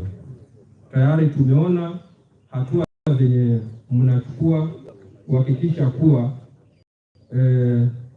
ile kazi ambayo tumetumwa kufanya na serikali tunaifanya. Na kwa wakazi wa Raganga, haswa vijana, kwa sababu mwenye ametuacha ni kijana mchanga sana, mimi namfahamu personal, sababu mimi ni rafiki wa familia, mzee pale tunajuana, mama tunajuana. So najua tuko na ule uchungu wa kuwa tumepoteza mwenzetu, lakini pia sisi tujipe nguvu, tuhakikishe kuwa tutawajibika kuhakikisha kuwa yale yote ambayo wenye wamenena tusiogope. Ikitokezea tena wakati mwingine nafasi kama hii, tusiseme mbona mwenzetu alienda na ikatokea yenye ilitokea. Tusiwe waoga, tuendelee kuhakikisha kuwa tutaipatia nafasi tena, so that hapa Raganga ama hapa Bugusero Mosocho bado tukue na officers wetu ambao ni tegemeo la community yetu. Na wale ambao wamesafiri kutoka mbalimbali, karibuni Mosocho, karibuni Raganga, na ile timu yenye ya officers ambao wamekuja hapa ambao ni wazaliwa wa tuseme hapa kwetu Kisii, na wale ambao pia wamesafiri kutoka mbali kuja kuhakikisha kuwa tunamsindikiza mwenzetu. Hiyo ndo ni kitu ya maana. Hiyo solidarity ya kuwa na umoja ni vizuri. Nimefurahia sana kuona vijana wengi wametembea kutoka mbalimbali kuja kusindikiza mwenzetu. Kwa hivyo sitakuwa na mengi, wacha roho ya mwenzetu kijana wetu ilale pema peponi. Kwa saizi ningetaka mnipatie fursa ya kualika mheshimiwa wetu akuje asalimie, aongee na wakazi wake wa Bugusero, alafu anirudishie tena kipaza sauti niwaelekeze mahali tutaenda. Karibu sana mheshimiwa. Thank you so much. Mimi pia nataka nikuwe mfupi sana. Kitu ya kwanza, abantu bekinyona wageni moko wote hamjambo. Onyamora abantu wami. Mimi ninajua kulingana na program na kulingana na masharti ya kikosi chetu cha SHU already tumepita wakati. Kwa hivyo ninataka kuchukua dakika mbili tu. Kitu cha kwanza ni washukuru kwa ile kazi nzuri mmefanya. Mmehakikisha ya kwamba mmesindikiza mwenzetu kwa njia iliyo safi na ameweza kufika ambapo leo tuko na sherehe ya mwisho ya kumshika ndugu yetu. Kwa hivyo kongole na Mungu awabariki sana kwa ile kazi nzuri. Kitu ya pili, kwa familia, ndugu yangu, pole sana. Mimi ninajua huyu akiwa kijana yako mkubwa, ulikuwa umefika wakati hata wewe kama mzazi sasa ungeweza kukaa chini na upigie simu katika ile hali ya kusherehekea. Kwa hiyo pole, na ninaamini ya kwamba Mungu atakuonekania. Jambo lingine, mimi pia nataka kusupport. Nimeambiwa ya kwamba kulingana na yale mahitaji ya wenzetu hapa kama Ragana, tafadhali kwa heshima, ikiwa iko mkubwa wa hii eneo hapa, tafadhali ninakuomba ya kwamba huyu ndugu yetu ambaye amekufa, tafadhali kwa heshima hiyo nafasi uangalie vizuri, uweze kufanya replacement kwa huyo kijana ndugu yake. Kwa heshima. Mtaniruhusu nibadilishe station kidogo, kwa sababu haya maneno nayasema singelipenda wageni wasikie hiyo maneno sana. Abantu bami ndobi yabo unachengirie station wocheke gusi alibatayira magana ya gesi bako igentege tangani gachi kuna abantu bami ndobaraga onko basaba sana igentege tangani twasiri mu murure ngomo eneli robaga tugo chaka kakakorigia kurboniga kero kende toire chinga tukonyora libage karibiri iona raganga fabrication imanye tenga twasiri montore ngo muhimu egento kende ya kabe ombwate abire gaki abagambi nobara onta gete ko batebiga ebintu mbere bigenda te maiga byubukiba ndo iwane amana imunya manyiti sikadi njire tiwakwa muko nganjira tukikana toigwana ni abagambi ababago sinyungo chikana nko irande ni bagali yabo make sure ngakadi njire wakwa toigwana ni akiye kura naji njire station nagende kibusikido na tebainga kakiwa murabu kise kibagwate bango tuwaga kitari polytechnic yitera atibwate banafuzi mbako irali bageri bande batrino na amanye kubwe oba uno mwe musyo numwachora na tebri onde bwenchore wili ngogere train polytechnic kibesa kigali millionaire moja ya registration onye tubwati elwe ogendo robo chakira mambio report unga kresi mionte bingo tumere elwe ya moto witego nago serumo tali numwancho egento kende ntuare tata mario wigo nale tata mario nyaganja iga mario naro lakini munganje muri baga senge chama mario ga iko betware system erinde to be kumanya na yo boyi bwa mario go tatoko nawe te command abanyagitari baito batoke nyagitari ni kai igo baringoja kogosera atumunyale ikubota yusu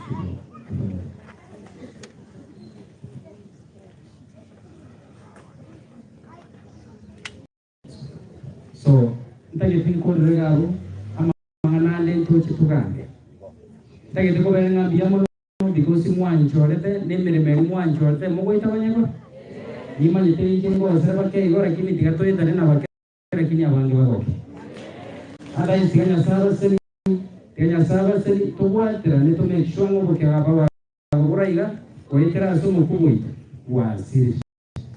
Rais wakubwa, thank you so much. Mtakapoenda mimi nawaambia mazuri na Mungu awabariki sana. Thank you so much. Asante sana mheshimiwa kwa maneno mazuri. Nataka kukuhakikishia kuwa kazi yenye umeipangia kuifanya itakusaidia vizuri. Nipatie siku 14 kama ile yenye huwa tunapewa. Ukitaka kupewa adhabu kwa ofisi unaambiwa nimekupatia siku 14 useme ni kwa nini nisikurudishe nyumbani. Kwa hivyo na kusupport, tayari nilikuwa nimefanya communication na haitafika siku 14. Kadi hautaona, hizo mashine hautaona. So kwa saizi ningependa kwa heshima ya wanaraganga tunataka kuwapatia officers wetu nafasi, kwa sababu kila ofisi iko na taadhima na desturi zao, na kijana wetu tulikuwa tumempatia kwa familia tofauti. Hakuwa tena waraganga, alikuwa ni wa kikosi. Kwa hivyo komanda wa kikosi ambaye ameongoza timu yenye toka mahali imetoka, ni wakati wenu. Tunataka kuwapatia nafasi na muendeleze na kipindi ambacho kimebaki. Karibuni sana sisi, karibuni Mosoto.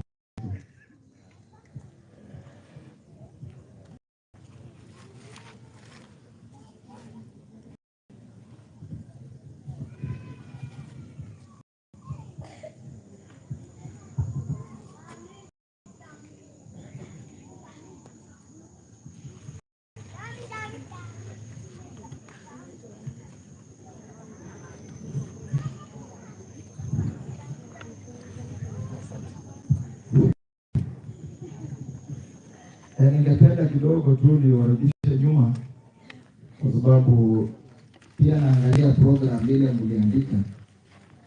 Kuna mahali ambayo mmeandika kuna matoleo, kuna mahali umeandika kuna church sermon na family introduction. Vile hii program iko, ile kazi nimetumwa kufanya ni mahali inasema ideology. Kutoka hapo na kuendelea mpaka mwisho. Sasa hatutaweza kuzungumza alafu tuendelee tukatize tena. Kwa hivyo tungeomba muendelee na hiyo kipindi kingine.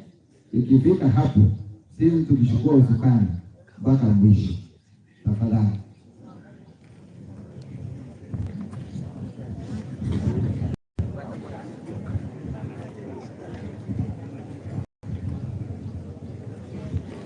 Asante sana bwana afisa. Kupotea sio kukataa kwenda mahali. I still go forward to our preacher atuletee neno la Mungu. So be very much attentive, kwa maana Mungu yausaidia kila mtu na kila wakati ni Mungu. Asante kwa wale ambao wamechukua muda wao mwingi wamesimamia sherehe hii. Na tunapoingia katika kanisa, Edwin alikuwa anashiriki katika kanisa la Seventh Day Adventist Sabbath School ya Mogotu, na Raganga ndio main church. Na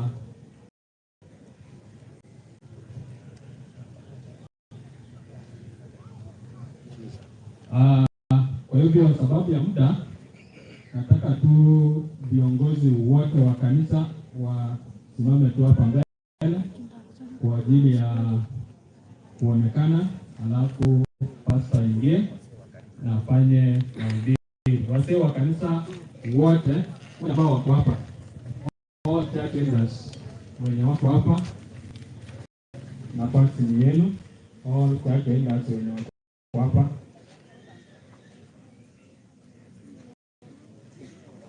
Attendance.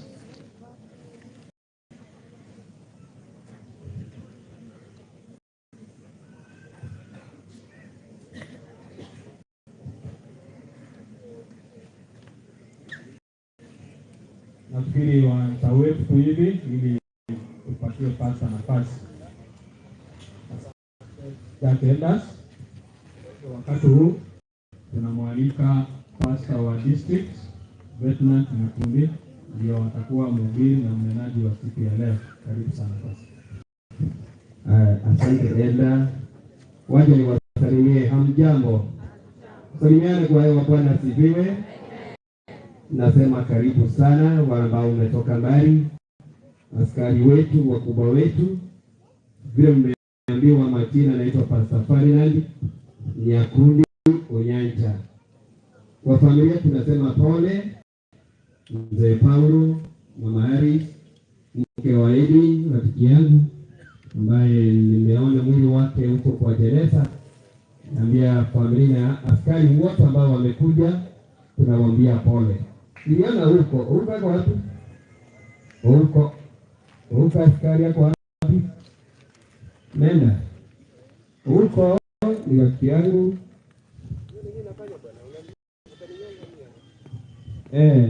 Huko ni rafiki yangu na kijana wetu tunapenda sana. Nimeona marafiki wa Edwin wametoka mbali, wengine wamekuja. Na mimi niko na mgonjwa hospitali, ndio kanifanya mpaka nikajelewa, lakini nashukuru Mungu anaendelea kupata nafuu. Nataka niombe, lakini kabla sijaomba nashukuru kwa askari wetu. Niko na askari marafiki wengi ambao wengine wanafanya Somalia au tunawaombea. Naomba na nyinyi muwaombee ili Mungu aweze kuwalinda. Jambo lingine, Edwin, he was very supportive to the church of Mogotu. Alikuwa amejitolea wakati nilikuwa nahubiri pale, mama akampigia akasema atakuja kukusaidia. Lakini ni kijana ambaye alikuwa anapenda Mungu, na yule mkubwa aliongea hapa akasema ile kanisa alikuwa anatoka, alafu akasema alikuwa anaenda pale. Nashukuru kwa sababu Edwin alikuwa Mkristo. Jambo moja nataka niambie wale askari nimeona hapa, wengine ni vijana, na waombea muoe haraka katika jina la Yesu. Bwana asifiwe. Pale kama kusabanya saba konye gakibanya wale people. Tunawaombea watafute wasichana, kama wana wasichana wakuje niwaambie mahali wanapatikana. Haleluya.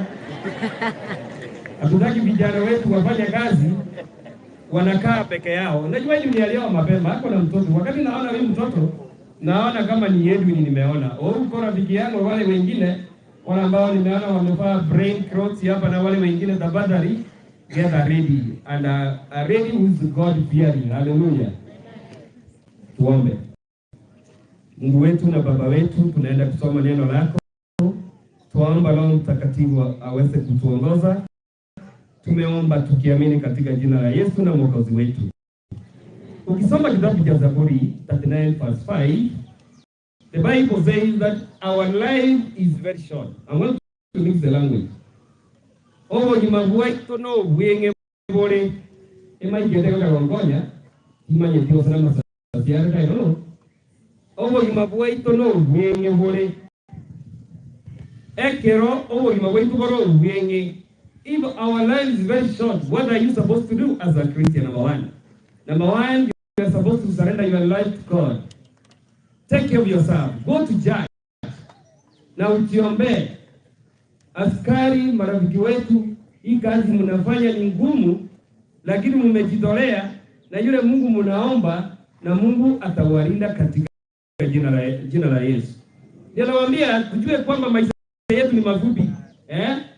The psalmist, the book of Psalms, that's 39 verse 5, inasema our life is very short. Verse 7 inasema, Lord, what am I waiting for now?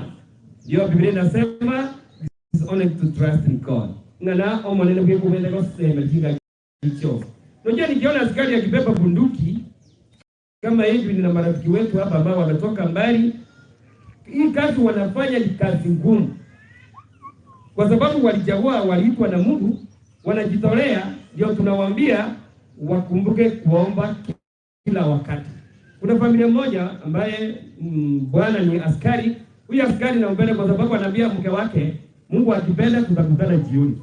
Siku moja mke akamuuliza, kwa nini unaniambia hivyo? Akamwambia, wacha nikwambie hii kazi nafanya, naweza rudi ama siwezi rudi. Ndio tunawaambia vile mnakaa hivi, kama wewe uko na pesa, uko na kila kitu, jua kwamba maisha yako na yangu ni mafupi sana. Edwin alisoma, alienda primary, akaenda secondary, akapata kazi. Hata alikuwa anakuja na ngambia, pasta, nataka uniombe kabla hajaenda. Ndio nikakuja kukumbuka, kumbe yule kijana niliombea yeye, nimepata ujumbe kwamba ameenda. Sasa kuangalia picha nikaona kwa WhatsApp, nikaona huyu ambaye ni jezi ambaye amekuja hapa ameweka, nikaona huyu ni rafiki yangu. Ndio nikasema marafiki yetu tujue kwamba maisha yetu ni mafupi. Take care of yourself. Go to church. Pray for your life so that God can take care of you. The book of Psalms 91 verse 1 and 2 inasema nini? Polisia, tegewa leo. Ateva. Biblia inasema Ninde oro gendo ruane. I will take care of myself. Baisa gokora ebibe ekero ngokwana.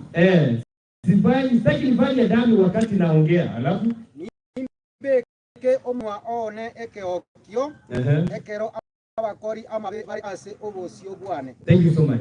Ibuka. Biblia inasema hivi, yale maneno naongea mabaya huwa naacha.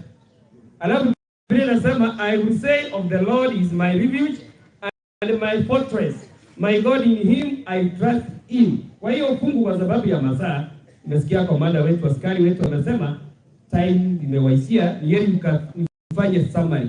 Ndio Biblia inasema ni heri tuwe na matumaini kwa Mungu peke yake. Mungu ndiye amekulinda na amelinda hao watoto. Ndiye anasema hata yale ambao unapitia magumu, Mungu atakupigania. I love the book of 1 Corinthians 15 verse 20-26. The last enemy that will be destroyed is death. Yaani vile nasema ndokio kanyasaye oja gosirie nzei na makweli nerora ya sirie. But the time we are just alive, we have to go. But before we go, let us surrender our lives to God. The book of Philippians chapter 3 verse 20, tujue kwamba mahali tunaweza kukaa ni huko mbinguni. Huko mbinguni ndio maisha tunastahili kukaa. Sio hapa duniani. Hii dunia tumechoka. Mengi ambayo yanatendeka yanaonyesha kwamba Mungu anafanya nini? Anarudi. Ndio tumeambiwa makao yetu ni wapi? Ni huko mbinguni. Kama unataka kukaa katika hii dunia, ni shauri yako. Wewe jawa peke yako. Hata sasa nasikia watu wanajaza kadi. Sasa hii 21st century, my dear friend. Abantu bageti kadi. Ngochiko gochi hapa mbijira bodi. Igeme tu ya bombi yere bodi. That's very wrong. Ndio tunaambiwa ni yetu tusome neno la Bwana. Tujue kwamba haya maisha yetu ni mafupi. Tujiandae kufanya kazi ya Bwana. Tujiandae hata kupumzika, hata kukufa, kwa sababu siku moja utaenda na mimi nitaenda. Ndio tumeambiwa tukae katika nyumba ya Bwana kila wakati. Kitabu cha Zaburi 46 verse 1-3 inasema we are not supposed to be afraid. Biblia inasema God is our shelter in the time of trouble. Ukiwa na shida, Mungu ako na wewe. Wakati nilikuja hapa nililia sana, kwa sababu huyu kijana ameacha mke wake Irene, mtoto ako na mtoto mmoja peke yake, wazazi wanalia, and Edwin alikuwa the breadwinner in this family. Hata niliona YouTube vile mama alikuwa anaongea huyu mke wa Irene, mpaka nikajiuliza maswali mengi lakini hayana majibu. Ndio naambia Paulo ambaye ni mzee na mama na mke wake, nawaambia sasa accept that Edwin he has gone. Lakini jambo mmefanya hapa mbele, kwa sababu nikiangalia Joseph is very tall, wamelinganisha na huyu askari wetu. Mungu afungue njia na yeye apate hiyo nafasi, aingie katika hiyo kazi nani alikuwa anafanya Edwin na Mungu atambariki na Mungu atawabariki. Lakini tumeambiwa hivi, God is our shelter in the time of trouble. Tukiwa na shida, ita Mungu. Usibe watu wengi, wewe piga magoti chini, omba Mungu atusaidie. Wakati amekusaidia, unashukuru, unasema Mungu wangu, endelea kunilinda wakati niko katika hii dunia. Lakini tujue kwamba wakati Yesu atarudi, ndiye tutaona wale wengi ambao walikufa, waliwekwa katika kaburi. Na siku moja watafufuliwa na Mungu peke yake. Ndio tumeambiwa God is our shelter. In the time of trouble, God is our shelter. He cannot leave us. Mungu hawezi kuacha hii familia. Edwin ameacha mke wake na mtoto na wazazi na marafiki na askari ambao walikuwa wanafanya kazi na yeye, lakini Mungu atatembea na nyinyi. Na katika hii familia Mungu atafungua njia. Ndio tumeambiwa tuombe kila wakati. Wakati tunaomba kila wakati na Mungu atatupigania. Ndio tumeambiwa God is our shelter in the time of trouble. God is with us. He cannot leave us. Ndio nawaambia tukae katika nyumba ya Bwana. Kama unataka amani, ni heri ukae nyumba ya Bwana. Na wewe ujiombee. Mambo ya kunywa pombe ni shauri lako, lakini ni heri ujawe usema hapana, sitaki nikunywe pombe. Wacha niwe Mkristo. Sitaki nifute bangi. Kwa sababu maisha yetu ni mafupi. Unajiombea kila wakati. Wakati unaomba, unakuwa na imani kwamba Mungu atasikia maombi yako. Na wakati Mungu amesikia maombi yako, unasema unashukuru jina la Bwana kwa sababu Mungu ametenda makuu katika maisha yako. Ndio naambia hii familia ya Edwin, mama na watoto na mzee na marafiki na kijiji ya Raganga. Mimi nimekea hapa Raganga, tumefanya kazi na nyinyi. Nimetembea vijiji. Enyewe kuna changamoto nyingi sana. Nyinyi peke yenu mtajua kila ambacho mnastahili kufanya. Ni heri tukae tuwe wa Kristo. Lakini tujue kwamba our life is very short. Maisha yetu ni mafupi. Nilienda hospitali Onyamora wakati nilipeleka mgonjwa pale. Ilikuwa Monday. Enyewe watu ni wagonjwa sana. People are very sick. Ando barwale. Ayotara arwara. Kwa robo kimama ndio kwa tama ndio 48. Nkiota wewe asenyo baya jasa. People are very sick my dear. Yaani unaomba kila mmoja wale ambao walikuwa pale wanasema amen. Lakini nikuambia amen hapa mzembe kanisa ya amen. Hebu sema amen. Hiyo ni kwa sababu niliwaambia. Lakini enda hospitali wakati unaomba. Uone vile wanasema amen. Ndio nawaambia tujue kwamba dunia mahali tunaishi ni mbaya. Things are not that good. Enseje telingia. Enseje mejano lero. Lakini jua kwamba your life, maisha yako na yangu ni mafupi. Ile nguo uko nayo, enda sokoni. Halo, ndio wana ile. Izali jimobegete kabati chiko kwa chia hotpot, muende mtoe jioni, muweke chakula, muweke wazee wenu. Hakuna siku unasema wageni wanakuja kwako, hapana. Wageni wanakuja kwako ni wale wa matanga vile tumekuja hapa. Hii maisha ni mafupi, lakini kama ni chakula ukule sana lakini usikule nyingi. Ndio nawaambia tia bidii watoto wetu, vijana wetu, msome. Umeona vile askari wetu wanang'ara hapa. Kero wako hapo chi na kimwara kimi ndobiria. Chikai. Ngayo wote kwa mzio kwa moskani. Nikiwa nyamangani. Tabari smart. Ama rume wote kwa borusi. Bona yoko bomari. Odare wanja nayo so kesi kumna mraba so kiriga buya. Hata nimesikia vizuri. Wacha niingie hiyo lugha nyingine ndio watasikia. Hiyo naambia askari wetu ukiona vile walisoma wakaenda training, they are very okay. They look very smart. They have direction. Sasa tukae na watu wa Raganga. Sasa usome Raganga primary. Uende Raganga kanisa. Uende jira raia Raganga. Uende soko wapi? Uolegu wapi? Ukuvie wapi? Utafika Laikipia sangapi? Hiyo nawaambia tafadhali, masomo ni jambo la maana. Najua masomo yalifanya mpaka nimeingia mahali sikuwa najua kama nitaingia huko. Sasa tumalizie hapa na kuna tabia nyingine mheshimiwa MCA. Kuna watu wanapenda kukaa barabarani hapa. They are wasting time na ni mwanaume. Kutoka asubuhi mpaka jioni. What are you doing there? Ndio nawaambia bwana, ambao mko na certificate, sio Joseph peke yake atasaidiwa. Tunaomba wakubwa wachukue vijana wa Ranga ambao wako na certificate. Wapeleka wapi? Waende training. Moko ngaka rambi yamo lekina wasabega. Kaida. Wata na wala nyiri tuwaambie. Lakini jiandae kupeleka mtoto wako aende asome, aende college, aende university, aende polytechnic na aende kanisani. Afanyie Mungu kazi. Badala kujiweka mahali babaya. Ona hiyo kijana alikuwa na soja, idadi la soja. Wakati alikuwa na idadi la soja, kwa sababu alikuwa anafanya kazi, alikuwa na leta amani mahali alikuwa. Hiyo tunasema kila wakati tuombee askari wetu. Tuombee jeshi letu kwa sababu Mungu ndiye peke yake anaweza kuwalinda. Maombi yangu na kwa hii familia, Mungu awabariki, Mungu awalinde wakati mnaingia, wakati mnatoka.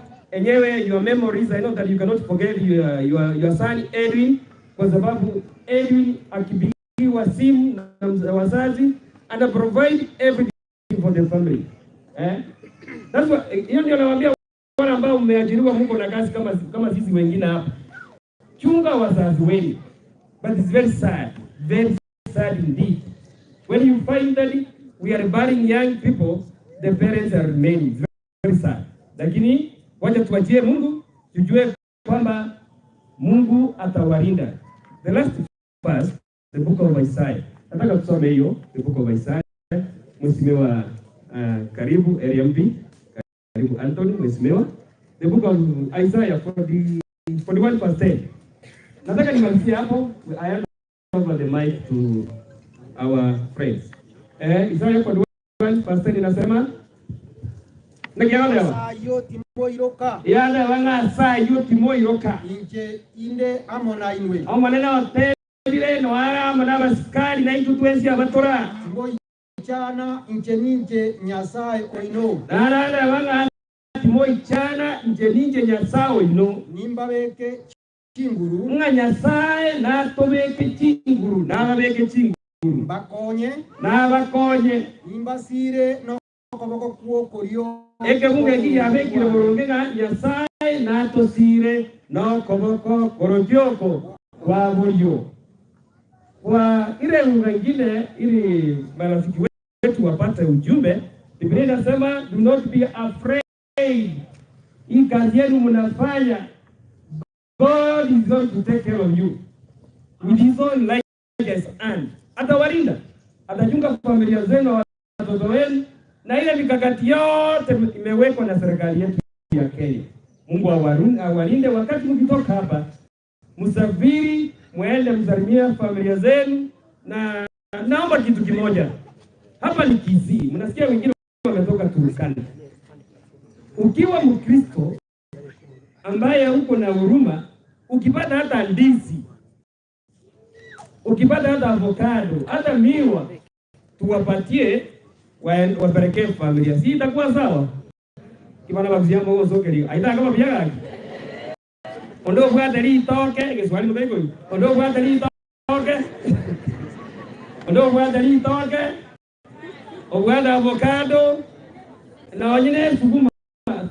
Kuna mali hakuna sukuma hata mboga, tuwapatie wapeleke. Watakataa kweli? Marafiki wangu mkibewa ndizi, si mtabeba mwende naye. Hata wanapenda by the way. Wageni hawezi kuja hapa Kisii bila kuwapatia hata ndizi. Ndio namba moja kama njugu mko naye. Lakini Biblia inasema do not be afraid, I'm with you wherever you are going to be. God is going to take care of you. Our good friends who have traveled all the way from there where they have come from.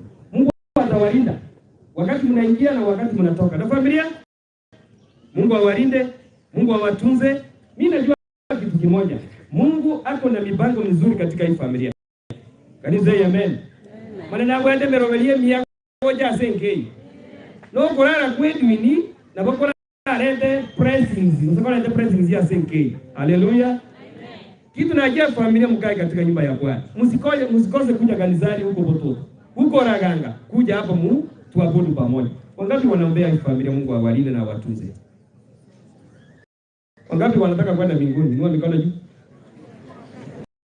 Inua mikono juu. Mungu wetu na Baba wetu, tunashukuru kwa yale yote umetutendea. Hii mikono yetu tumeinua, tunasema sisi ni wenye dhambi, tuomba utusamee dhambi zetu. Tunaombea askari ambao wanafanya kazi ngumu. Mungu wetu, walinde na malaika wako, walinde wakati wanaingia na wakati wanatoka. Asante kwa hii familia ya mzee Paulo na mama Aris. Uliopatia kijana ambaye alikuwa na nguvu, akapata kazi, akaajiriwa. Wakati alikuwa anafanya hii kazi alikufa na ujungu mwingi sana. Na wale wengine tuliona kwa TV, tukasikia hiyo habari wameuliwa na wale watu ambao walikuwa na bunduki. Mungu wetu, wale ambao walifanya hii tendo, usiwapatie amani mpaka warudi kwako. Sasa mama Aris na mzee Paulo na watoto na mke wa Edwin, mama Irene na mtoto yule ambaye alibaki, Mungu wetu, tunaomba uweze kuwafariji kwa njia ya pekee. Hii kikosi ya askari tunawaombea, Mungu wetu, uwalinde na uwapatie amani katika roho zao, uwalinde mahali wanatembea na mahali wanafanya kazi. Asante kwa tumesikia neno lako, tuomba tusamee dhambi zetu na tuomba utukumbuke katika kitabu cha uzima. Asante kwa sababu uko karibu kurudi. Mungu wetu, tuomba utuoshe na damu yako iliyomwagika msalabani. Wakati wakitoka hapa wakirudi, Mungu wetu, wanatumia magari, uwafunike na malaika wako na damu yako iliyomwagika msalabani, uwalinde na malaika wako wakati wanaingia na wakati wanatoka. Tunaombea our MCA Vincent, uweze kumlinda wakati anaanza kufanya kazi, ana brother Anthony ambaye area MB, na wale wenzetu wanafanya kazi pamoja katika county, na governor wetu na president wetu wakati kazi inaendelea kufanywa katika nchi yetu ya Kenya, ili tuweze kupata amani na tupate nafasi ya kuhubiri neno lako katika hii familia. Mungu wetu, walinde hata wale ambao walichenga kaburi. Mungu wetu, tunawaombea kwa hii kazi wanafanya ngumu, kwa sababu wako na upendo. Walinde chochote wanahitaji waweze kukipata katika jina lako. Hata wale ambao wako na nia mbaya kwa wengine, Mungu wetu, tunawaombea ili waweze kurudi kwako. Kwa nasi tumeomba tukiamini katika jina la Yesu na Mwokozi wetu. Nataka niombee familia, lakini nimeona kuna waheshimiwa na nimeona hapo kuna dalili wakubwa wanataka waingie katika programu zao, lakini naomba familia mkuja hapa mbele niwaombee familia hiyo hapa. Abarandi never got of time. Wachungaji wote njoo na wazee wa kanisa. We want to pray for this family. Nataka tuombe. Ukipeana mic kwa askari wataanza huduma yao. Tukisonga hivi. Mke wa Edwin. Wazee wa kanisa wako wapi? Unasimama huko nyuma. And all the pastors and the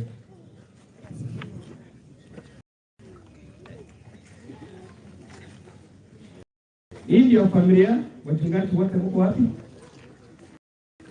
Hebu simama kutoka nyuma. Tunataka kuombea hii familia. Mungu aweze kuwalinda na malaika wake. Nataka kufanya maombi. Kabla sijafanya maombi,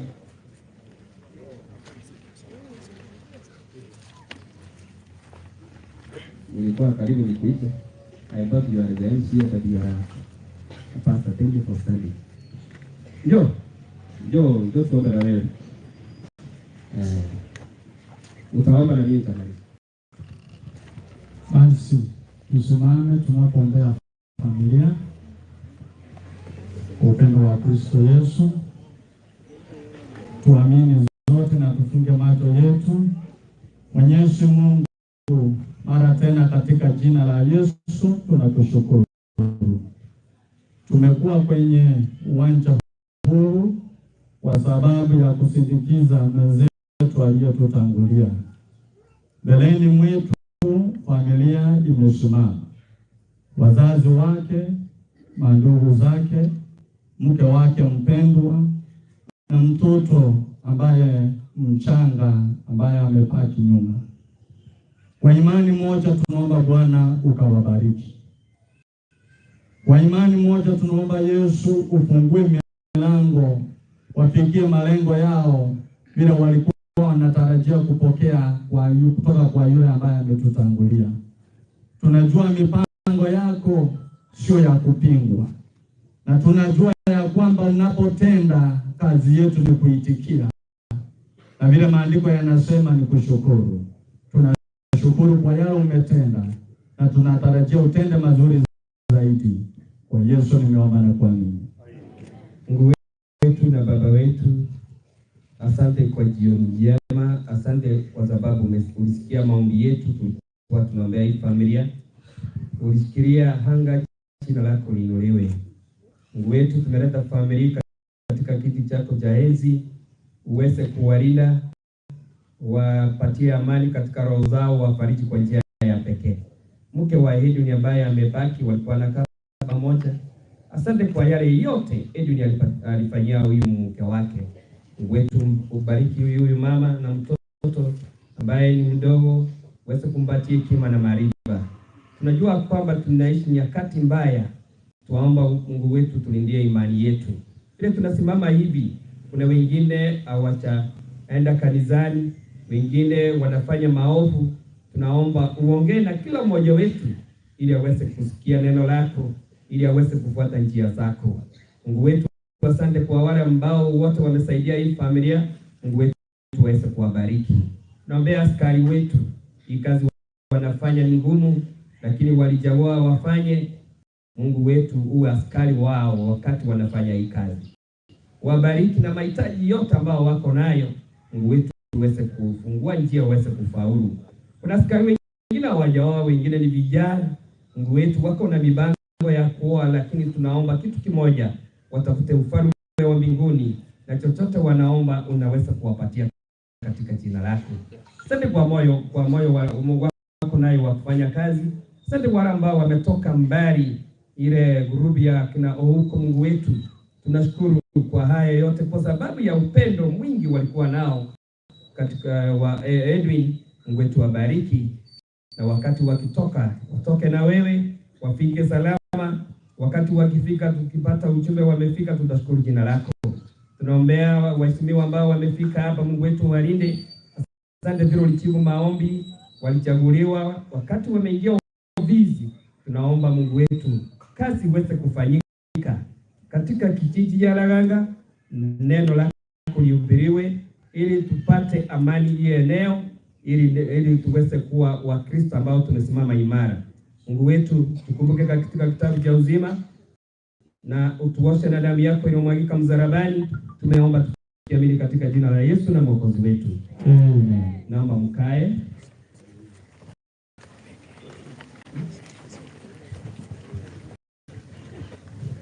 I think kwa sababu ya waheshimiwa wamefika, MC alete mheshimiwa, alafu family mtafanya introduction, alafu tupeane mic. Thank you. Sitaongea tena kwa sababu ya heshima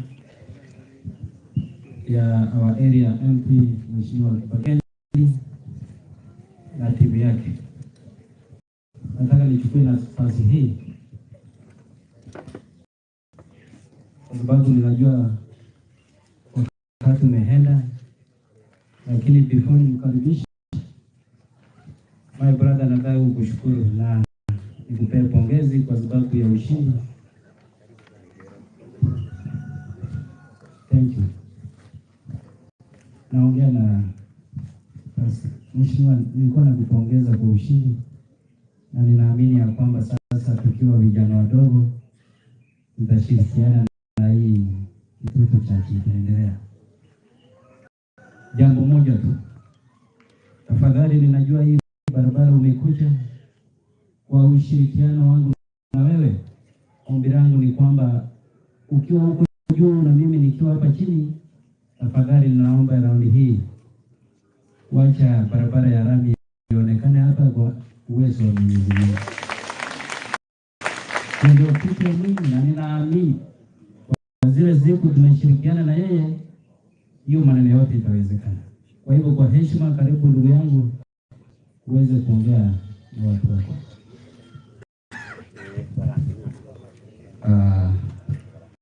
Kwa familia ya the late Edwin na wale ambao wamefanya kazi naye kwa muda mrefu ama muda huo mfupi amekuwa kazi, viongozi wetu, chief, assistant chiefs, viongozi ambao wako hapa, retired officers, viongozi wa kanisa ambao wako hapa na MCA wetu. Mimi leo nimekuja hapa kutoa rambirambi zangu kwa familia hii kwa kifo cha kijana mdogo, kijana ambaye alikuwa taa katika sehemu hii yetu. Na leo sisi hapa tunaomboleza, na sehemu nyingi sana Kenya zinaomboleza kwa kumpoteza ama kuwapoteza vijana wadogo ambao walikuwa wamepata kazi hivi majuzi. Sisi kama viongozi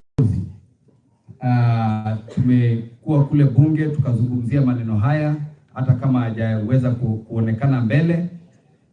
Tunasema kuwa serikali yetu inafaa kuongeza vifaa vya hawa watendakazi, hawa polisi ambao wanafanya kazi ngumu kule pande tuko na bandits na cattle rustlers.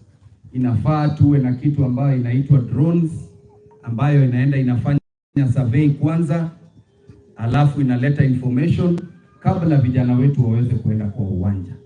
Sababu ukiona vile ilifanyika kule Baragoi na tena vile imefanyika leo, ni sababu hatukuwa na vifaa hivyo viweze kuenda kufanya uchunguzi kabla vijana wetu waingie katika sehemu hiyo kujaribu kupambana na hao majambazi.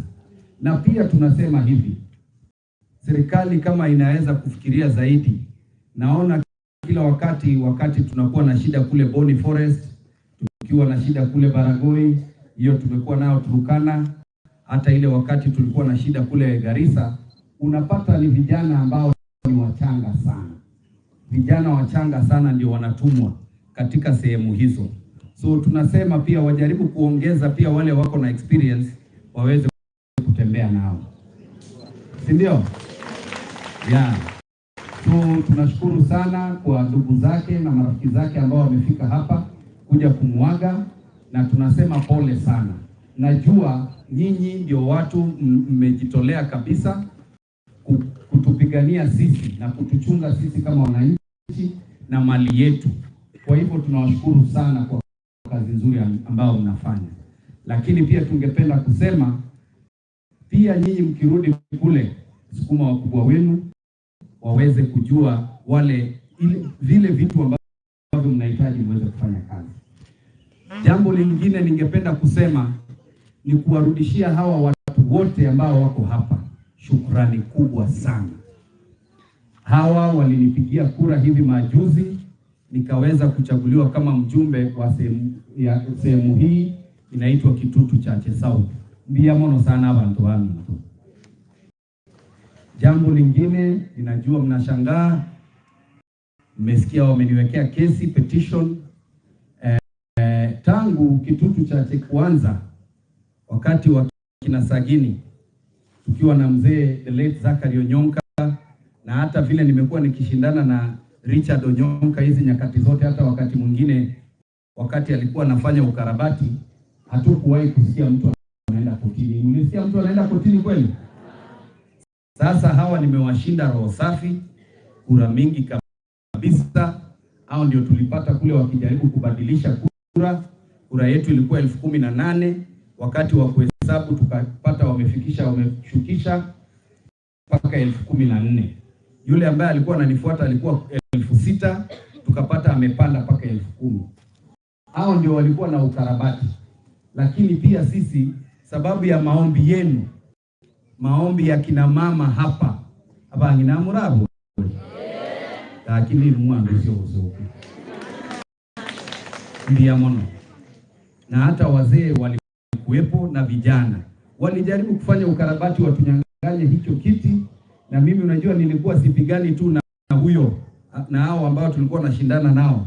kulikuwa na ndovu mwingine mkubwa zaidi, alikuwa na wasukuma, lakini Mwenyezi Mungu na wananchi wakasema wacha Kibagendi apate nafasi hiyo ili aweze kutufanyia kazi. Na vile tulipata msiba huu, nikasema nitakuja nyumbani, na bahati mzuri pia hiyo weekend last Friday nikapata tena wametuwekea mshahara kwa account. Lakini nikasema mshahara yangu ya kwanza nataka niambie hapa gambi the chief hebu simameni.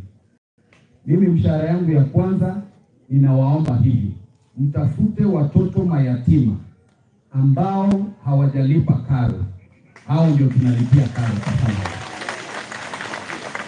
Kwa hivyo mniletee majina pale ofisini, sababu bazari hatujapata. Kwanza tuanze na kusupport hao watoto. Ili nimalizie, ningependa kuambia hivi. Ninajua bazari imekuwa ikitolewa kwa wanafunzi ambao wako colleges na universities. Raundi hii tunaanza kutoa bazari kutoka kwa wale ambao wako kutoka kidato cha kwanza, secondary school, colleges na universities. Kwa hivyo tukishamaliza kutengeneza komiti ya CDF, tutakuwa na coordinators wetu katika kila sehemu, na mtu akileta ile form ya kuweka ya kujaza zitaletwa makanisani, hata kwa ofisi za machifu, na mtu asikuuzie hiyo form. Hiyo form ni free, ni ya serikali. Sawa sawa? Ndio tuweze kusaidia watoto wetu wasome, ndio hao watoto pia wakuje kuwa viongozi. Sivyo? Ndio ninawaomba hivi, muendelee kuniombea. Nawaomba hivi, mugendelee kunsabira kisenge kibabegete ekine kibabeka nkeli ngurugaki nebitina bagenda bakalika igasa amasakara bakaira ko ebitina mbietie ekina bagote abuna nkabaimbura kisenge cy'umubere bakaruwa bagote arsenal mwagate tabangina bakagata bakamenta chikura nabe arengeyo naende bagote abuna na arenge Kenya kerna kuirania masakara bono kaina arenge nonye narengo esherie gegoteba nabo muntu nde bwensi ago go present amasakara kugicha obwata masakaroza igo ko bateina mutu arabuoba ngote mwanjora ngote mutaite mbakorere gasi bone para nero mugambi akwanire ga our MCA Vincent epareye elami gego chaka sakurukuna getare inero ngo chigosuguma ekoru getare tauni ruguru eso Kenya tieko mwisho wa lami eso para ya Iranda eso kasa kurukunya koe nyakoe ete magega egende kioge egende chigosoka nyosia muino echete ga igeso kerio toigo ekrosi egende nyamatuta egende chigosoka Riverside ga kinto kobwenera kali boigo nonye turasa mabindo chena twikira stogo smile lakini ko bataina mbia mono mokoira na chinka chiaino mokwaniria abantu bamino ogosera bono nkwera ngutene gas mutaita tokana lakini mbia mono sana na interero na chiriga igonta gete murochi omosayo osirete nomoke murochi familia enenke bono ntagete tuwero ngoli bwangu sababu tukipatia hawa wanajeshi wako na sheria yao, wako na system yao ya kufanya vitu yao. Tukiwapatia tena hatutawanyang'anya, tukiwapatia hii microphone. Kwa hivyo mtatuia radi kidogo, iko kitu tunaita kwa kikisiero ngoli. Ni uji. Tuna collect kitu kidogo ili huyu mtoto aweze kupata kitu kidogo ya kuendelea na familia hapa. Asa ibonko basabaira. Kaki injuo kwanza if you were sent here onye watu mwa no mugambi na muntu getega use family please ninchuota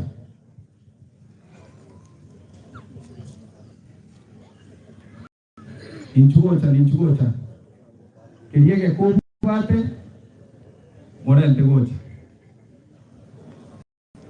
naenda singe njueti I think kuna na kwa nirega ondeta yonaenda ugukwana yani ngo mubu atumayanda ichuota nimbaroti ichuota. Asante sana bali mwako mnichuota Ramasha group na Raganga group aba ibache gochaga bali Nairobi. Raganga group bali muri Nairobi biamono sana. Sese ni wa kai ngwenye biamono sana. Asante sana. Raganga group na Ramasha karibuni au hii ni Raganga group. Ramasha dogo tu. Asante sana biamono keyo biamono MCS ababu na bakuruinga hawa ni waheshimiwa waanguki, wale walianguka kura lakini wako na wakati tena watapata. Mheshimiwa Machuka wale mkufalimu hapa muendelee. Karibuni. Asante. Thank you so much. Asanteni sana. Asanteni. Biamono Mugambi. Wale ambao mko hapa mshughulike.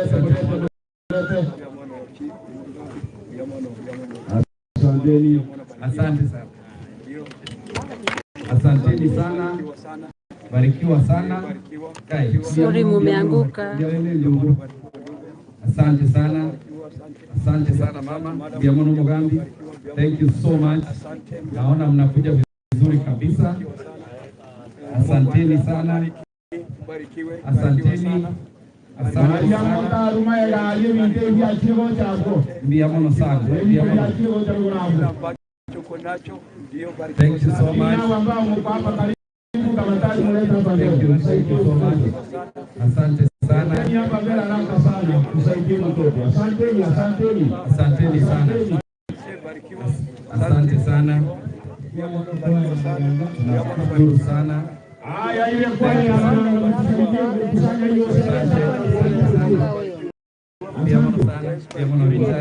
Biamono sana. Asante Simon. Tunashukuru sana. Asanteni sana. Asante sana mkubwa. Thank you so much. Biamono sana. Baide tara mkwanera, njata mkwanera. Sana. Thank you so much. Wala ambao Biamono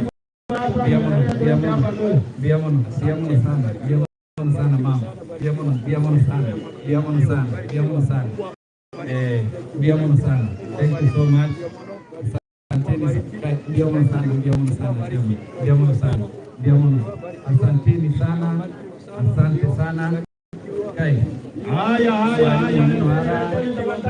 Karibu, asante sana. Asanteni ndugu zangu. Asanteni sana. Colleagues wa Edwin. Tunashukuru sana. Asanteni. Thank you so much. Colleagues wa Edwin tunashukuru. Asanteni sana. Asante. Asanteni sana. Biamono sana. Asanteni sana. Colleagues wa Edwin. Asanteni sana. Thank you so much. Kai. Biamono sana. Asanteni sana. Karibuni, asante.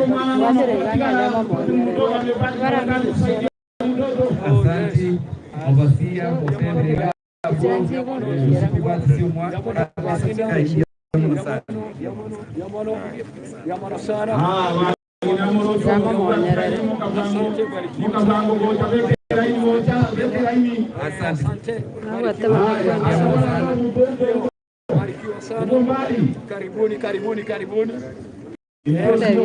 Barikiwa sana.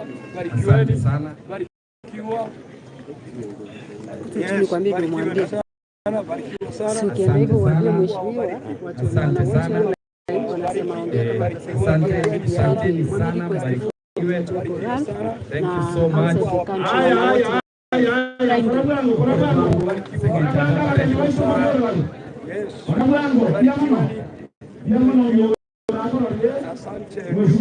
Asante sana. mono sana. Asante sana. Haya, panga kuligonga. Kanisa. Ya mono sana. Pia sana, karibu, asante sana.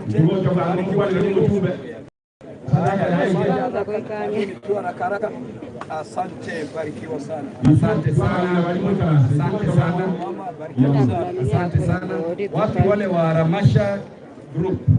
I saw some ladies walikuwa wamekuja hapa. Asante sana. Wapi wale wa Ramasha group? Ndio hao wanakuja. Alafu Kilgoris girls. Wale wageni wametoka Kilgoris, we recognize you and we appreciate you. Mmechoka na safari, poleni sana. Yes, Tamasha.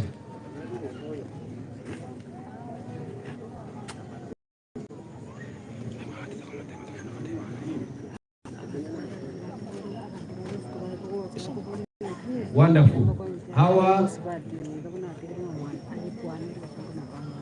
Milimani Ramasha High School wameleta rongori yao na wamepatia wazazi hiyo rongori, wamepatia wazazi.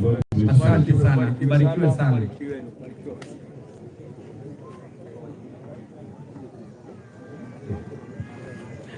Okay. Eti mwili araganga ba Nairobi kayo officials pale.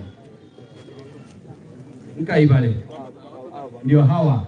Abaga eti araganga from Nairobi mukia kwiga mororekane. They've done a wonderful job na baro barentire rongori abo ngorora bara baibuli kando.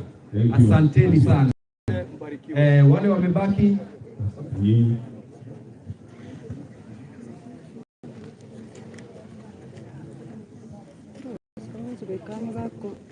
Dennis Mandi ambaye ni rafiki ya the late friend of ours Edwin ametuma 1000 shillings through this lady.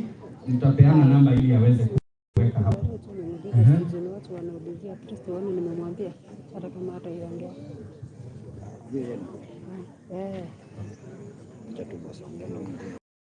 Niende nimwambie hata kama hata ongea Kristo nimwambia. Marafiki wa Edwin, hebu kuja hapa wakuone.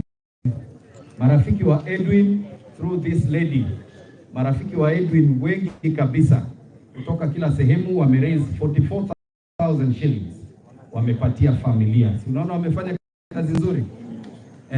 Nani amebaki?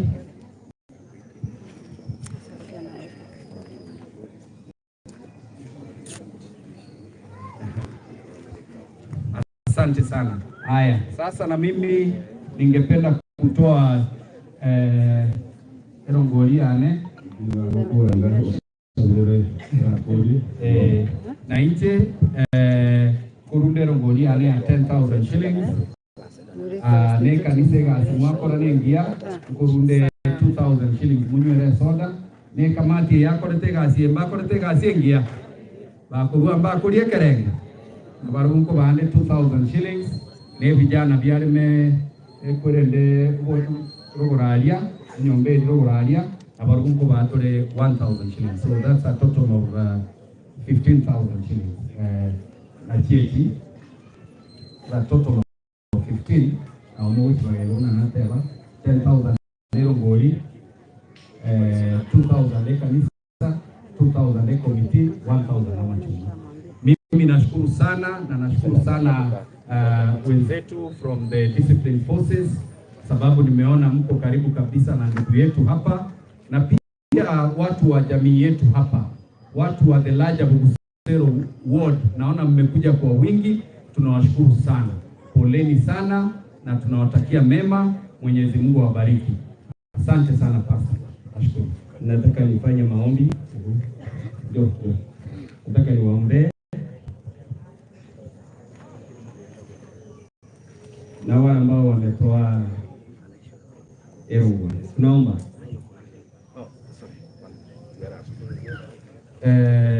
Huyu msichana hapa ameniharas, ameniambia lazima niseme bibi ama mjane wa Edwin yeye tutamfanyia nini. Na mimi nasikia amefanya nursing na hako na mtoto, si ndio? Na lazima atalea. Na sisi tunataka abaki hapa nyumbani, sivyo? Basi ati ninataka kutoa ahadi, nitaongea na our senator ambaye ni Richard Onyonka, tuende pamoja tuongee na Simba Arati ambaye ni gavana wetu hapa, ili tuone kama anaweza ingia kwa kaunti hapa aweze kutoa nasi hapa. Na pia hapa Gambi, please you make sure you follow that up with us. Tusisahau watu wafikiri tunadanganya. Asanteni sana. Tunaomba ndugu wetu na baba wetu, hawa ni viongozi wetu. Asante kwa sababu wamejinyenyekea.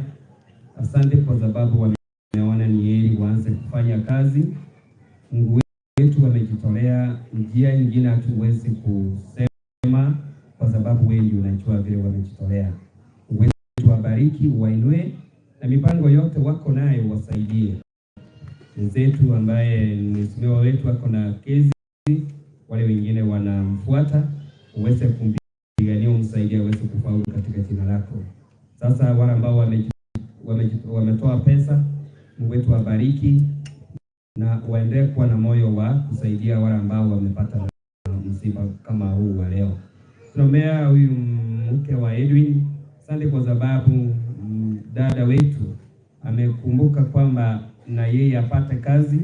Wakati mheshimiwa anaenda kufuatilia, tunamwombea na yeye apate kazi na jina lako liinuliwe. Kwa nazi tumeomba tukiamini katika jina la Yesu na Mwokozi wetu.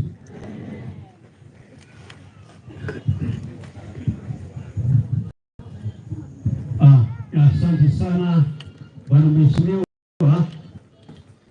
Hata wa terema walijua hapa ndachua. Yamani kila kwa yeye na mapema. Akiangu akishina akitaka kutoa kwa yeye ndio wasungu. Ndio kwa ndio ndio mbeo. Yamani sana sana kwa wasungu. Kwa hiyo sasa wanaanza wanajikula wasuka ile.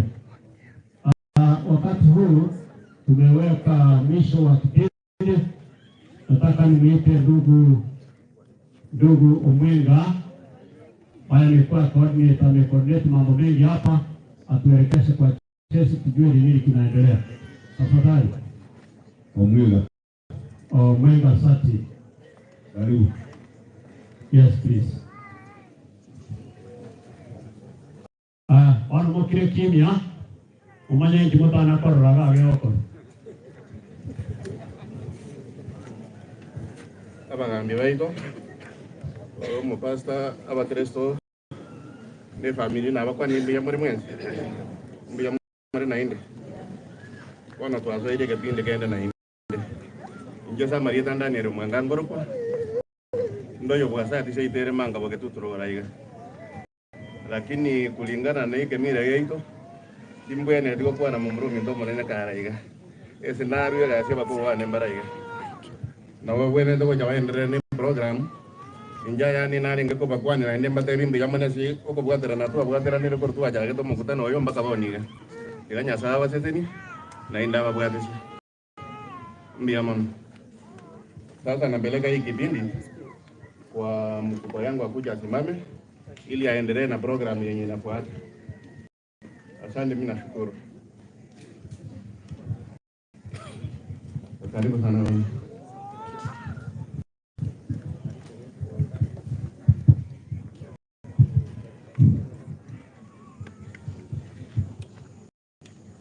Asante sana Sergeant Asati.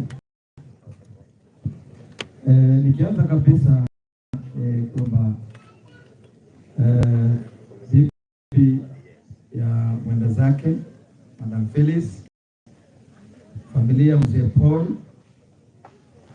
the area MP, area MCA, viongozi wa kanisa, viongozi wa serikali ambao wako hapa na waombolezaji kwa jumla, na wasalimu katika jina la Yesu. Bwana asifiwe. Bwana asifiwe tena. Mbona huko watu hawajainua mkono kwa ndio hiyo sasa nimeona tunapatana. Mimi kwa majina naitwa Mr. Simon Lokitari. Mimi nimetoka mahali ambapo mheshimiwa alisema hapa. Mahali inaitwa Baragoi. Mimi nimetoka Baragoi, ni Samburu County. Lakini nafanya kazi ya GSU hapa Transmara. hii area yote mnatajataja huku yote naijua. Kwa hivyo mimi nafanya kazi hapa. Mimi nimetumwa na commandant GSU kuja kufanya hii kazi ya kumlaza kijana wetu Edwin, kwa sababu ingekuwa ni viongozi kutoka Nairobi watakuja, lakini ikaonekana kwamba kwa sababu kule kuna mkubwa ambaye ni sawa na wale wangetoka Nairobi, hakuna haja watu watoke pale. Ndio nikapewa hiyo kazi. Kwa hivyo ile kazi nimekuja kufanya ni kazi ya commandant GSU. Na kila boma mnajua kiongozi akiongea ama mkubwa wako akiongea, hakuna mtu mwingine ataongea. Kwa hivyo kabla sijasoma ile commandant ametuma kwa familia na kwa bibi ya Edwin, mimi ningependa tu niseme moja ama mbili kulingana na vile mumeuliza hapa. Ile kitu ningependa tuelewane ni kwamba mumetoa maoni na mnajua kila boma kuna masharti. Hata vile mheshimiwa wetu MP amesema hapa, kule kwao kuna protocol inafuata. Kwetu hapa polisi tuko na kitu inaitwa National Police Service Act ambayo ni regulation inatuguide kwa kazi ya polisi yote. Kwa hivyo hakuna kazi ya polisi inafanywa nje na hiyo kitabu, na hiyo ni sheria. Kwa hivyo ile kitu tu ningeomba ni kwamba vile wazee wameomba, wametoa maombi yao, sio masharti, maombi. Na hiyo maombi mimi mwenyewe nitaisukuma mpaka kwa ofisi ya mkubwa. Vile wameomba itaenda namna hiyo. Lakini kuna mahali kidogo tu mtarekebisha. Unajua hata nikipeleka hiyo barua namna hiyo, na kuna neno moja pale imesema kureplace. Kwa kusema kweli kureplace kwa sheria hakuna. Ningependa tu tuelewane, hakuna haja tudanganyane. Hiyo neno kureplace hakuna. So mtarekebisha hapo barua mahali hapo, museme tu mungeomba. Mungeomba mkuu ama commandant aangalie familia, kwa sababu kijana ametuacha akiwa kazini. So ni kitu ya kuomba.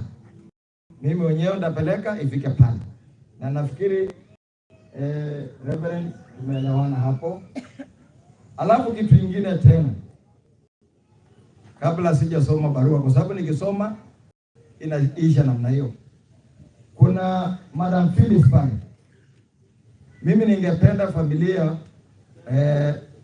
nimemtoa pale nikamleta huku, kwa sababu inatosha kuwa tulitoka na yeye Nairobi mpaka hapa. Sasa mimi ningependa kujua kwa familia kama huyo ndio bibi ya Edwin ambaye anaitwa Phyllis, kwa sababu kutoka hapo ile sheria itafuatwa ni huyo mama na mzee Paul na familia yake. Sijui kama mzee Paul huyo madam wako pale ndio huyo. Hebu simama madam, sijui kama huyo ndio bibi ya kijana yako. Asante sana. Kwa hivyo mimi sina mengi ya kusema, kwa sababu mimi nimetumwa kazi na mkubwa wangu ambaye ni commandant GSU. Yeye ndio anasimamia Kenya mzima wa GSU. Tafadhali mletee hiyo barua. Sasa tusikize kwa makini vile mkubwa amesema kuhusu kijana.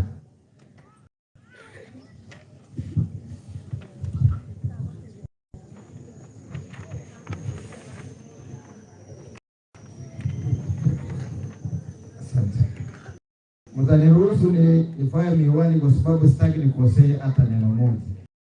Kwa sababu nikikosea Mwenyewe atasema si kusema hivyo.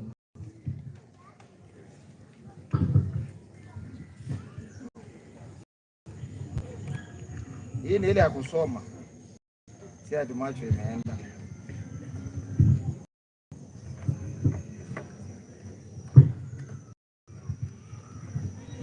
Now mutaniruhusu nisome kwa lugha vile. Late Police Constable Edwin Matayo Omari. It is with deep sorrow that I convey to you the death of your beloved husband. Number 121606, Late Police Constable Edwin Matayo Omari. As I condole with you and the members of your family on this sad occasion, the officer passed away on 24/09/2022 at about 17:00 hours at Namariat area near Kakiteitei village in Turkana County. He was part of a patrol team that came in contact with suspected armed pursuit bandits.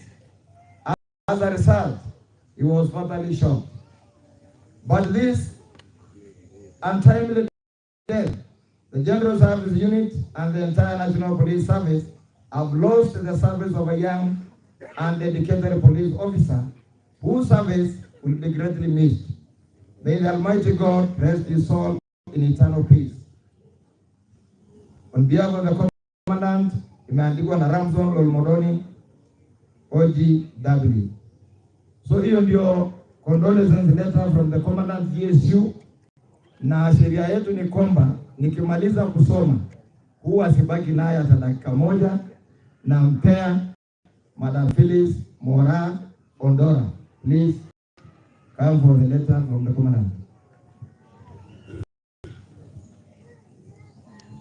Na pia familia mnakuja, baba mama, mchukue barua ndio tujue familia walipewa.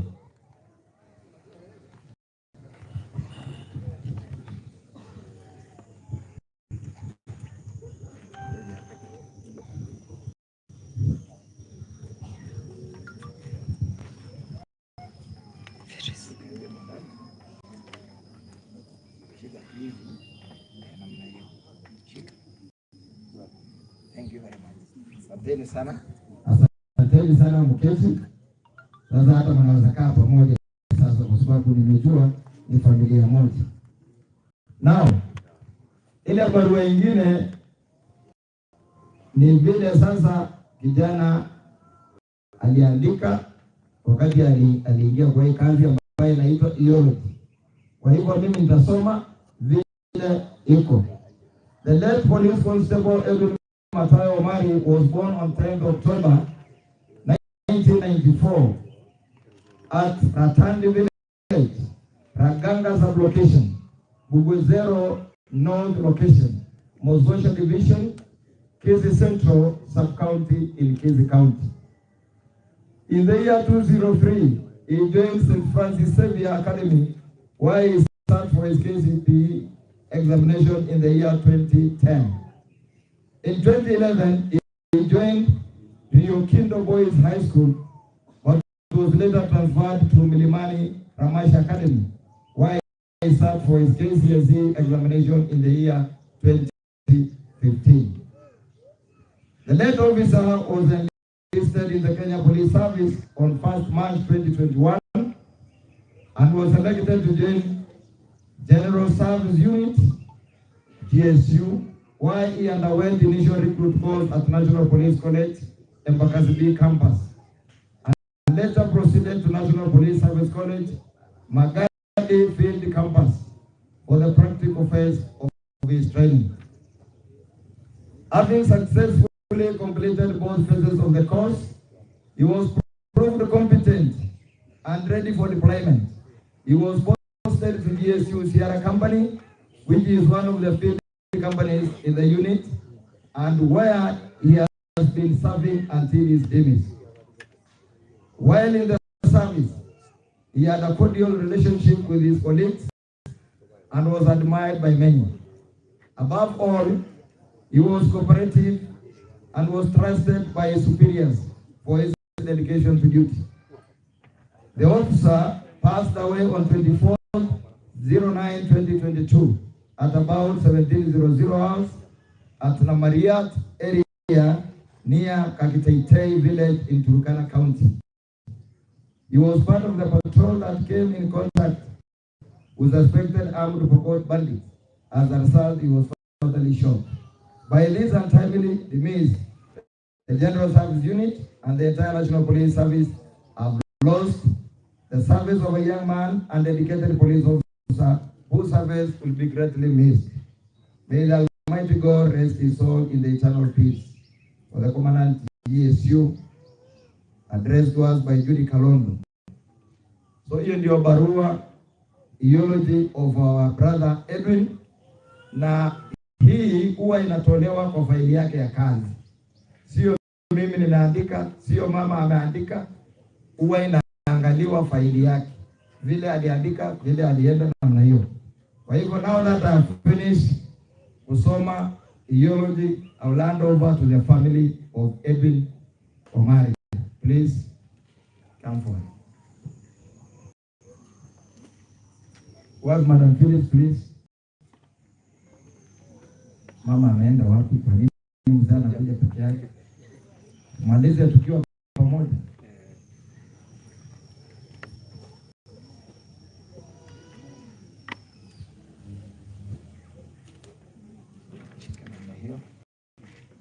Thank you.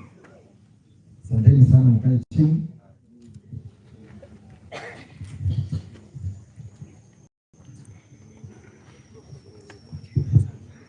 Sasa nafikiri nimemaliza kazi ya mkubwa.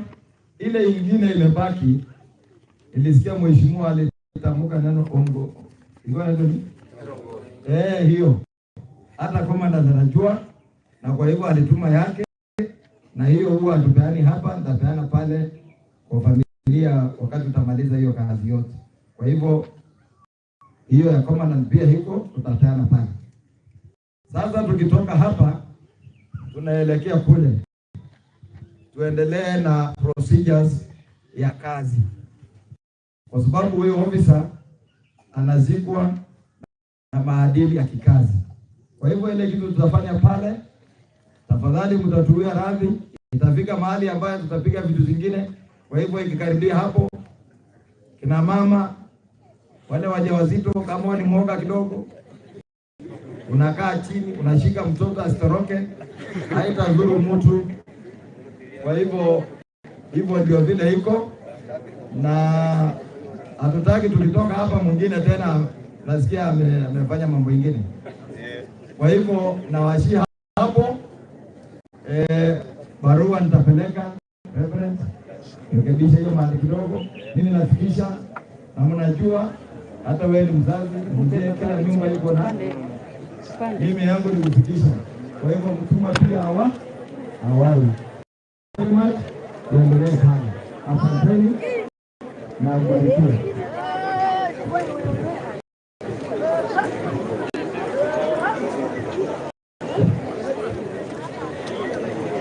Haya, Gabi MP Seneta ametuma mtu hivyo ngajiale.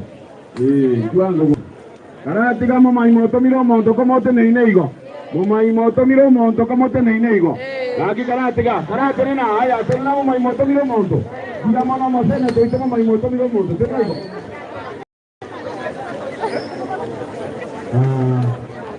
Abantu bandi mtono wani hajapenda ile.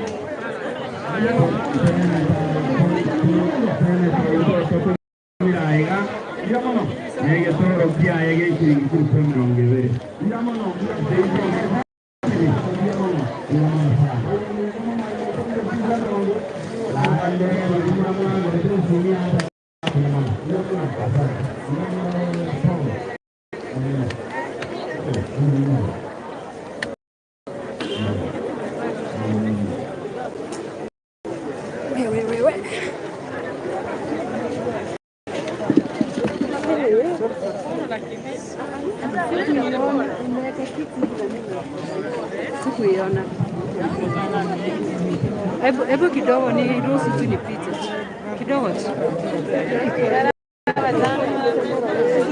Akisikilenge skani. Karo ya. Sisi ni mummi ya.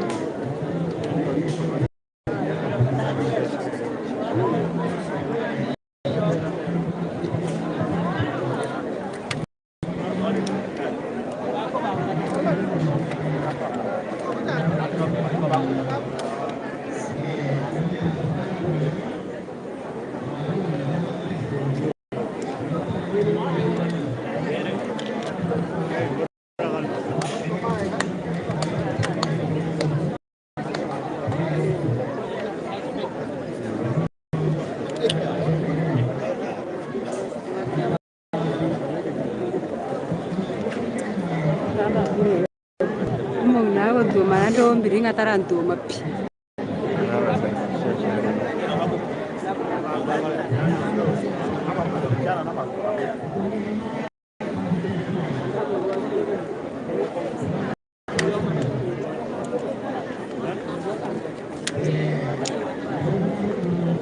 Mumanyi kama ate to tereke. Kama ate to tereke.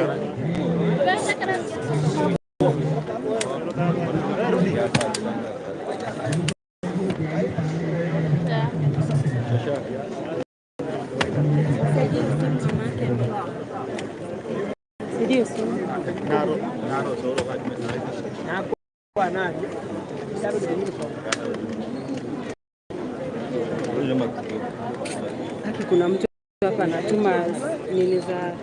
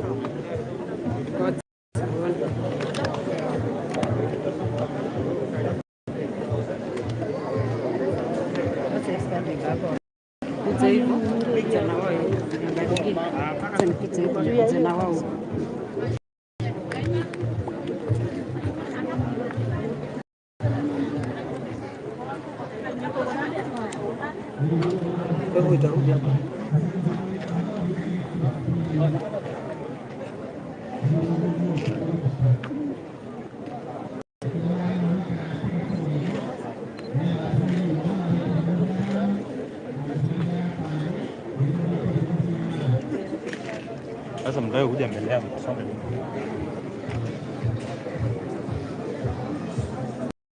umuntu ole magabu ndio jeli bagalika magabu sibangu tafadhali kwa bwana nenga sio pole kwa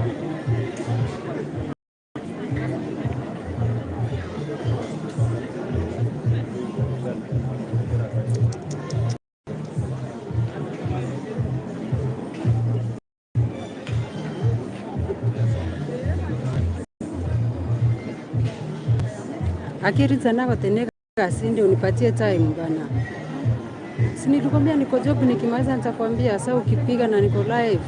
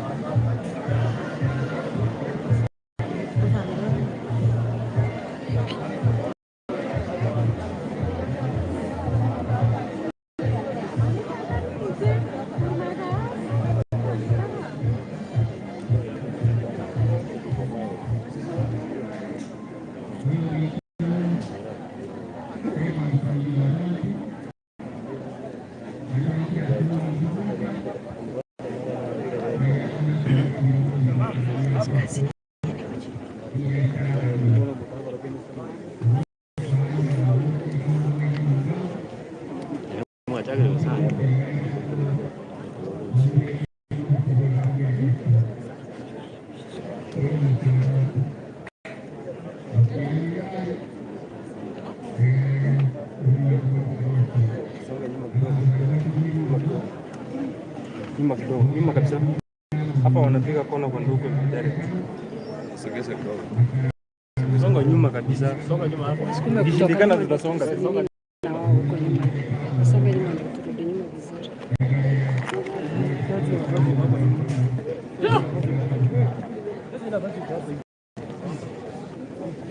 Haya, nani songa nyuma. Songa nyuma kabisa. Songa nyuma. Nani songa kana. Mambo inaendelea huko, lakini wewe songa huko. Songa kabisa.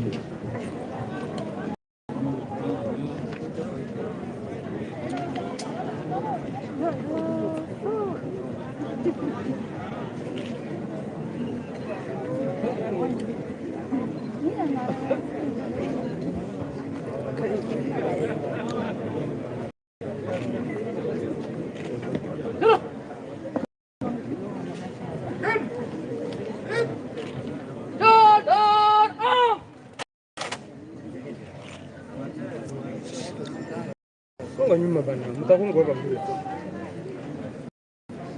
Watu wasonge nyuma huko. Mimi nasema wasonga wao wengine ndio wapate nafasi wasonga huko utapata nafasi ya kufika. Alafu nyinyi songa sasa. Songa nyinyi.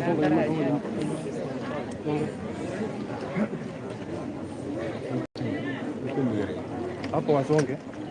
Lazima kamera wasonge huko nyuma kabisa. Sasa msikia hapo.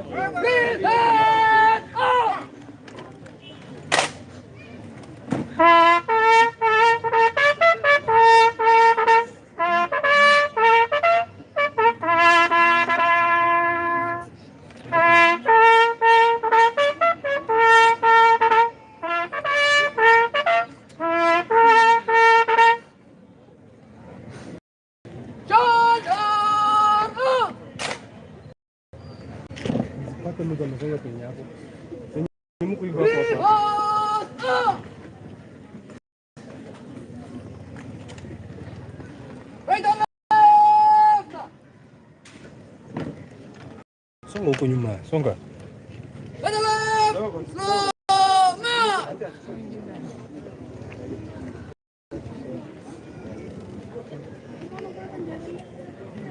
Msisonge hivyo, tukaa hivyo.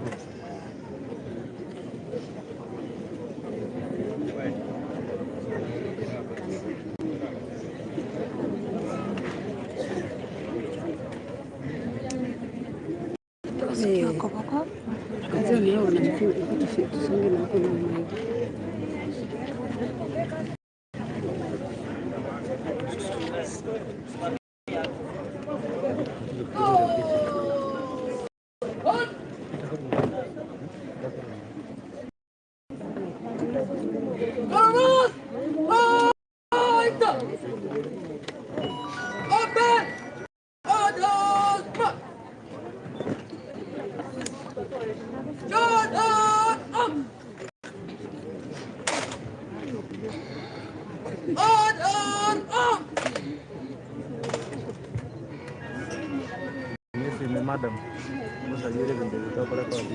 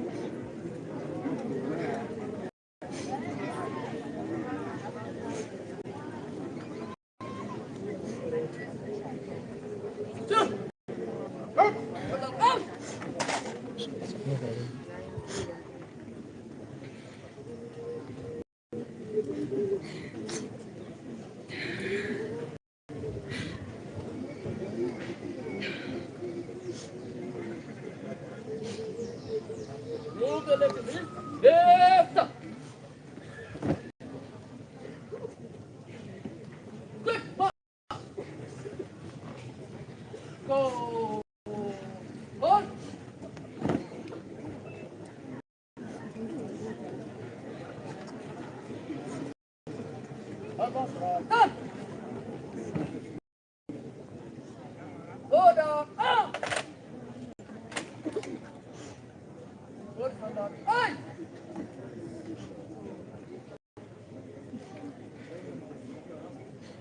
Sababu ya dhambi, Adamu na Hawa walikosa katika shamba la Edeni. Mungu akawalaani na akawaambia mtakufa. Ndio kifo kilianzia pale. Mungu alituumba, wakati tumekufa mwili unarudishwa kwa udongo. Funge macho tuombe. Mungu wetu na Baba wetu, asante kwa masaa tumefika ya jioni. Mungu wetu huyu mpendwa Edwin, sisi sote tulikuwa tunampenda, hata askari na wazazi kabisa, sisi sote ambao tumeunganika hapa. Mungu wetu tunashukuru kwa sababu yale maisha ambayo alikuwa hai alifanya sehemu yake, na wakati alikufa Mungu wetu ni wewe ulijua mahali upande ulimweka. Kwa nazi wakati mwili unarudishwa kwa udongo, uwe kiongozi wetu mpaka tumemaliza. Tumeomba tukiamini katika jina la Yesu na Mwokozi wetu.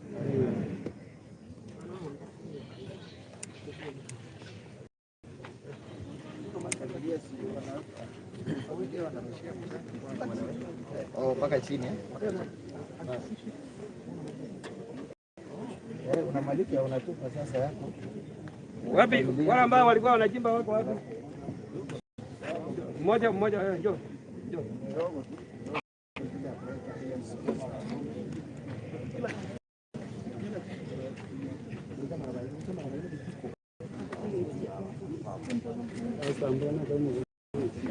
Ana muskari.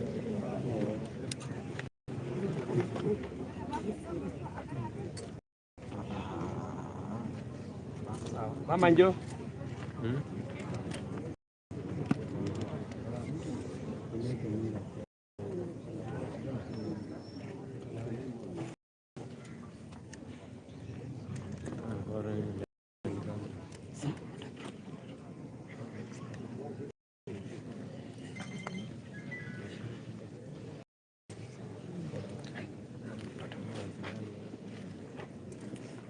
Mwingine?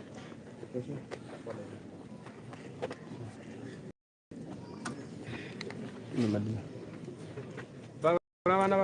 Berapa minum baik?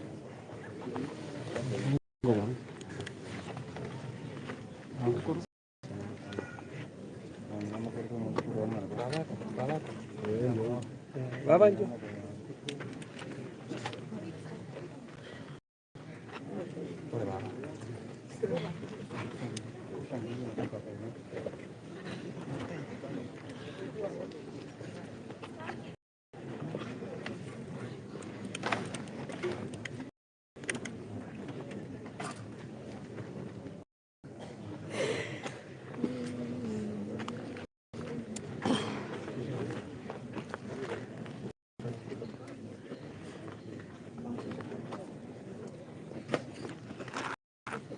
Nani yule amebaki? Delala di.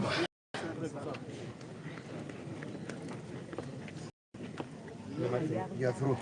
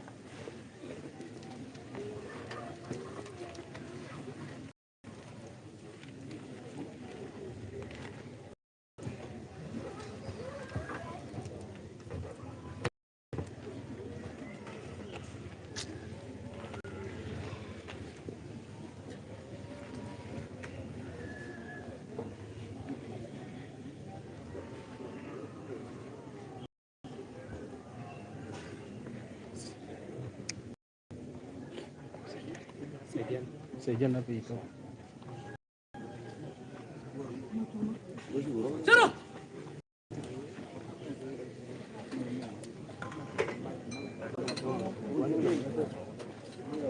Mungkin kayak gimana sokan akhir kerja.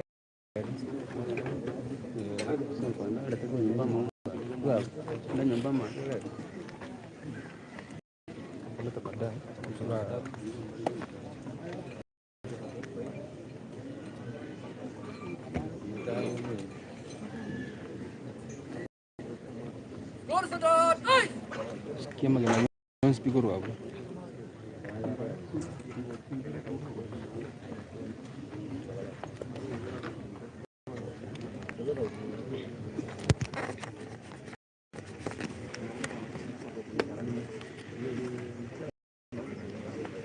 Orang bawa na. Hindi ko ako. Wadoy. Magkeras.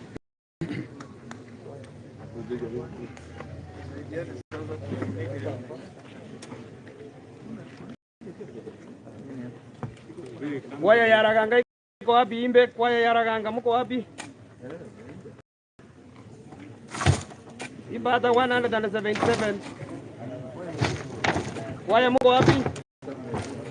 Mungekuja msimama hapa. Kwaya iko wapi?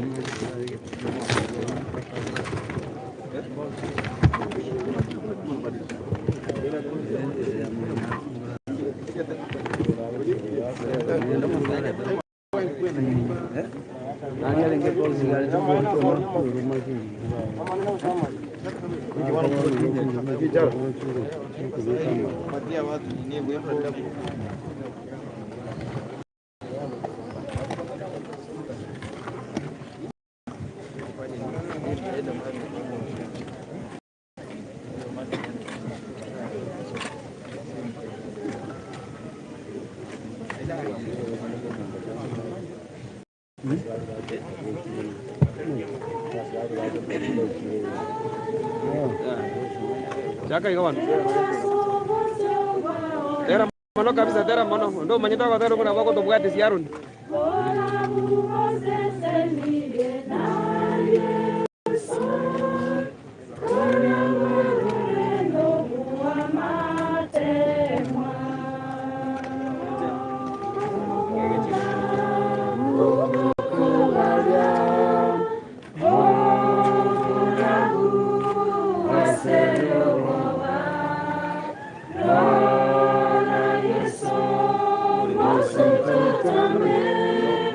Oh my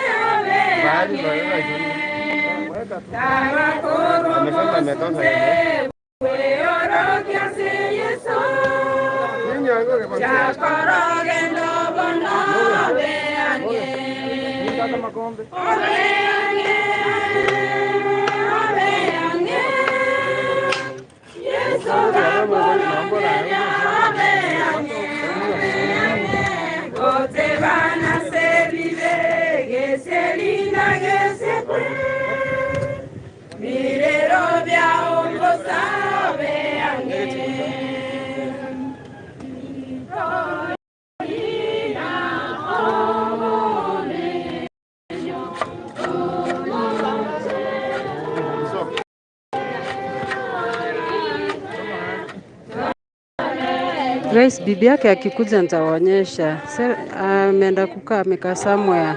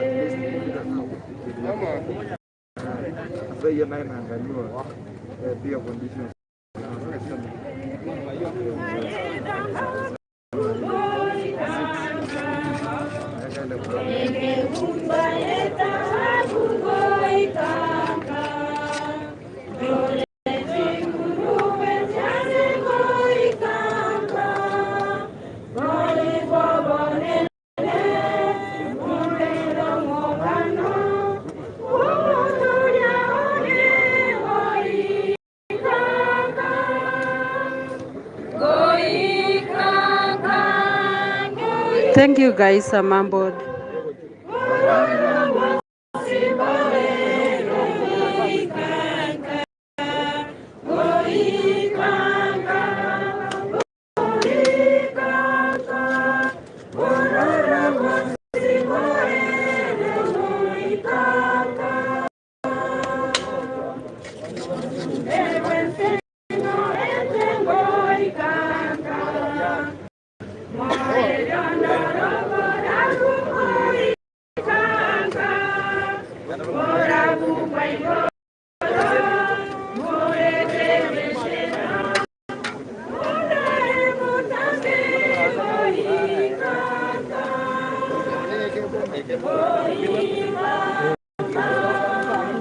Thank you, Monica. Esther, thank you. Yes, Esther.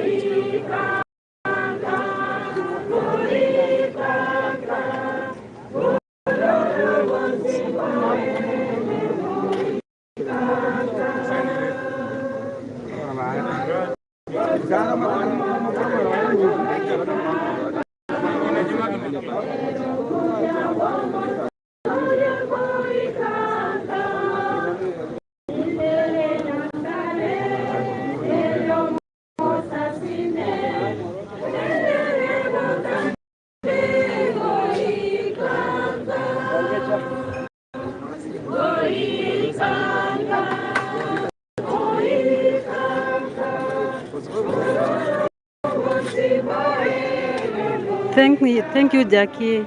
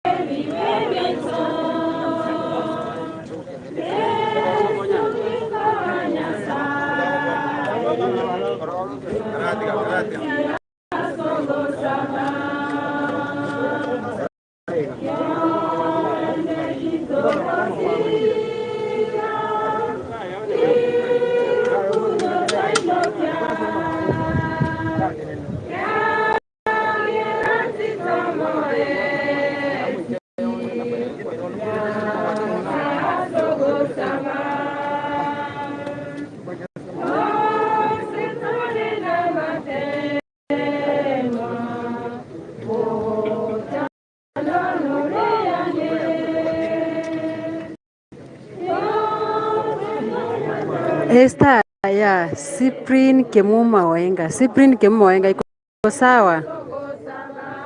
Thank you kwa wote mmekuwa mkini watch na wenye mmesubscribe, karibu sana, mjisikie mko nyumbani na wapenda sana. Mungu awaongezee, awazidizie, yani awaepushie mabaya. Wale maadui wamewapangia mabaya, mambo ya premature death, we rebuke it in the name of Jesus Christ. Hakuna kupoteza vijana ambao ni wadogo, wameacha familia. Kama Edwin ameacha familia yake, bibi yake ni mdogo sana, ako 23 years, ni 23 24 ya. Ni bibi mdogo sana. We rebuke every premature death. Yani at least mzazi enjoy matunda ya mtoto wake. Hakuna mzazi hata mmoja utakanga mtoto wake akufe. But kifo ikikuja imekuja. Tunaombea hii familia ya kina Edu, na nimeshare namba ya baba Edwin just in case you want to support the wife, at least anunulie mtoto maziwa. Nimepini namba ya babake Edwin, anaitwa Paul Aveka. Unaweza msupport, at least mtoto anunuliwe hata kama ni Pampers. Tutashukuru sana kwa wenye mmekuwa nasi tangu asubuhi mpaka wakati huu. Hiki ni kipindi sasa cha kumalizia. Alafu nimeona wengine wakiuliza vile wanajeshi sijini wanajeshi wanafanyanga kazi zao hizo za kurusha sijini masasi ama ni nini, wako ndio wanaelekea. Lakini mimi nadhania kwamba wakimaliza kumzika ndio wanamalizia hizo shughuli zingine. So guys, stay tuned, tutawaletea habari zote na kila event lazima tuwalete hapa. So stay tuned for now.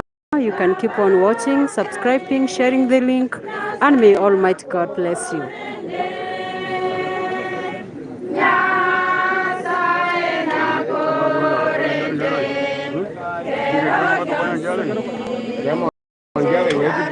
Thank you guys, thank you for your support. Thank you so much.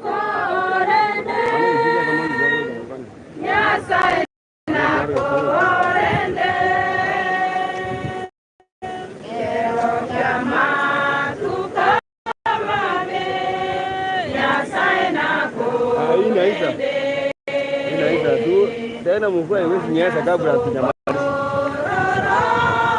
Unajua ni afadhali mtoka hapa ndani, mkifika kwa rami inakuanga afadhali. Teni na tulieka namba ya bibi ya Edwin, watu wengine wakasema sio vizuri. Yeyote atakayetaka kuongea na bibi ya Edwin, unapigia baba Edwin simu, alafu naweza kuongea na. Kuna wale wametuma kidogo kwa baba Edwin na mkaniambia nielezee baba Edwin ampatie. So tukimaliza nitaongea na baba Edwin, ataweza kumpatia. So kwa kile kidogo uko nacho, continue sending to baba Edwin's number, ndio hiyo imepiniwa hapo. Namba ya bibi ya Edwin kama unahitaji, namba yangu ndio hiyo hapo. Uingie inbox nikupatie personally so that to afford it kondi. Najua tingondi wanaanza msumbua. So that's why hatujaipini hapo.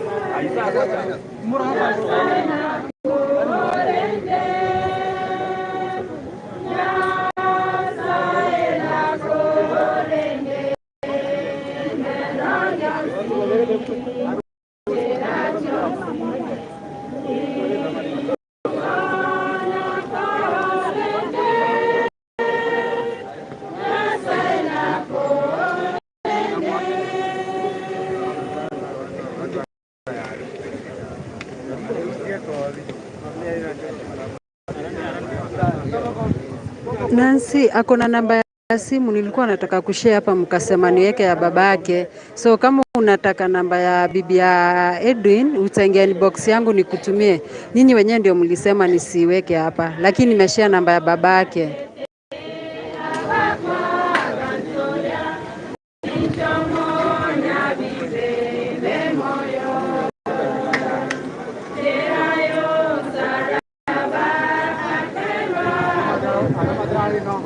Okay, if you suggest ni share namba ya bibi Edwin, nita share hapa pasi mkamtumie kile kidogo mko nacho.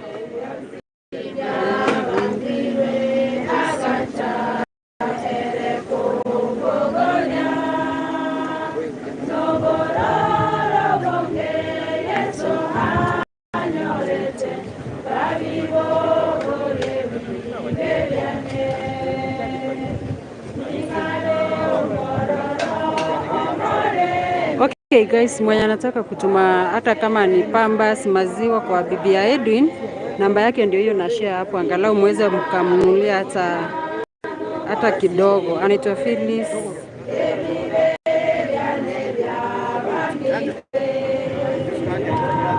Okay, mwenye anataka namba ya bibi ya nani nimemtumia, mnaweza mtumia kile kidogo mko nacho. Tafadhali angalau anunue hata maziwa, pambas za mtoto hivyo.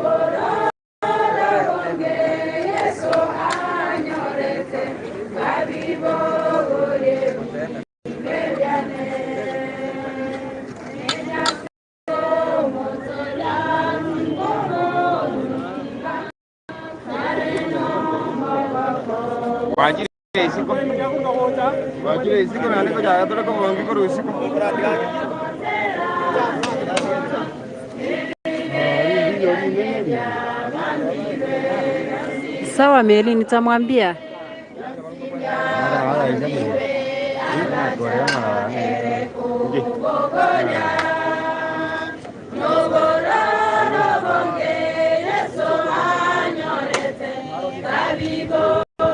Lydia, nimeshare namba ya bibi ya Edwin iko hapo hivyo, iangalie ama wacha ni pin. Katenge.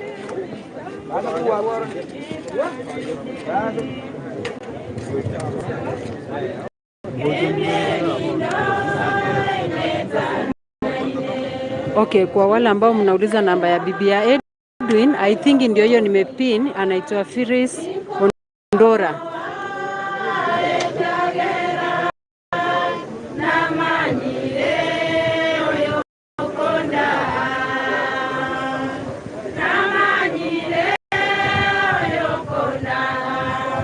Peni na mtu mmoja pia anaweza nisaidia kuiandika juu niko imeiweka hapo. Mtu mwenye naomba mtu mmoja anisaidie aendelee kucopy paste akiweka hapo.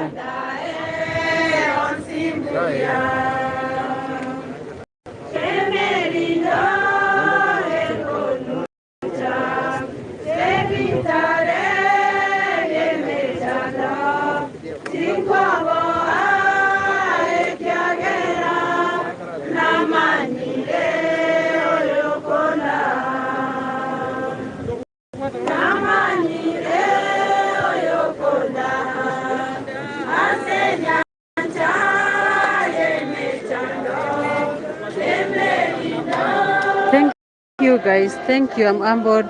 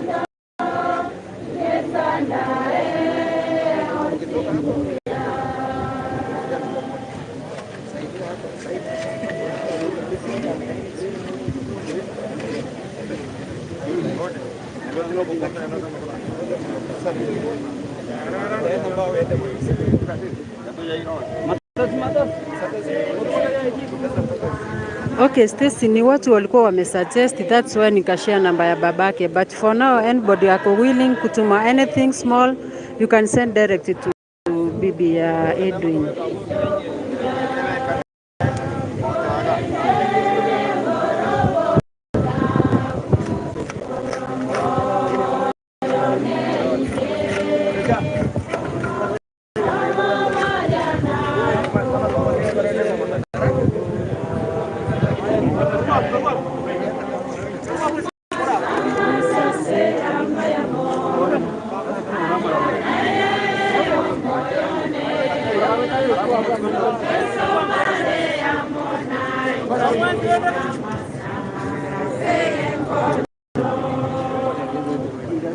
Thank you, sir.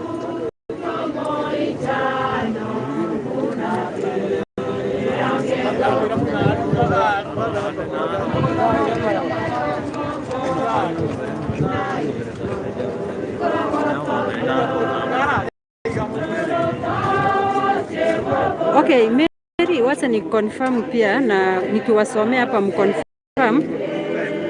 Uone kama ndio hiyo nimeandika 0714 91 32 23 0714 91 32 23 Phyllis Ondora.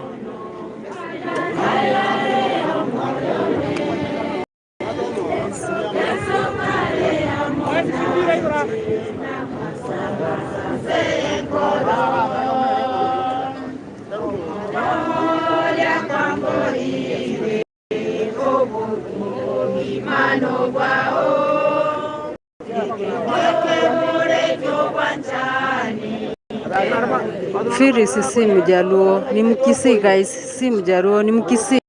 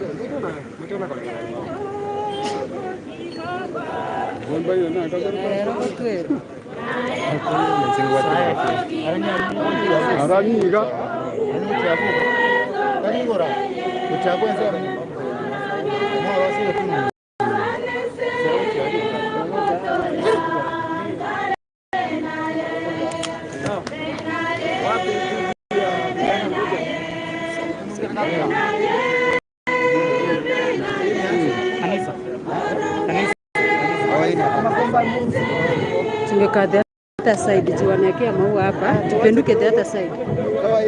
Tuende side area Moino gari. Tuende hiyo side tuwaneka maua na hapa. Wanaweka maua hapa, tuende the other side. Haya, tafadhali kidogo kidogo.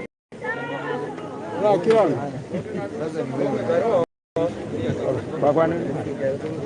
Ndemo betayale majo kwa muero. Haya, wapi mama? Kuja. Wapi Phyllis? Sasa muende nyinyi familia wote muende. Enda na mzee Alma. Hata nyinyi kama uko naye. Weka tu hapo.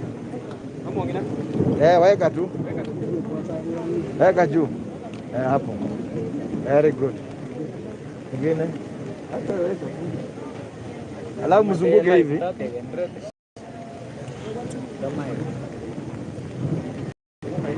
Zunguka tu, zunguka mama.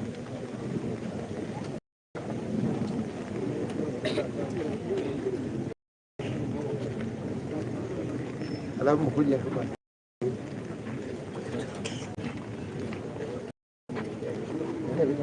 Weka. Alafu naomba.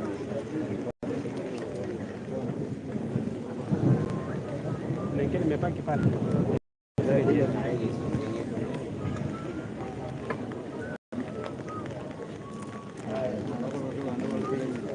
moja sasa, baadaye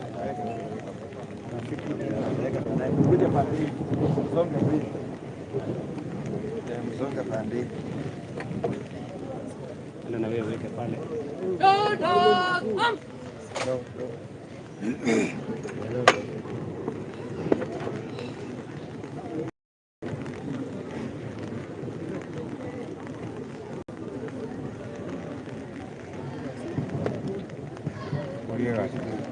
General salute, present. Kwani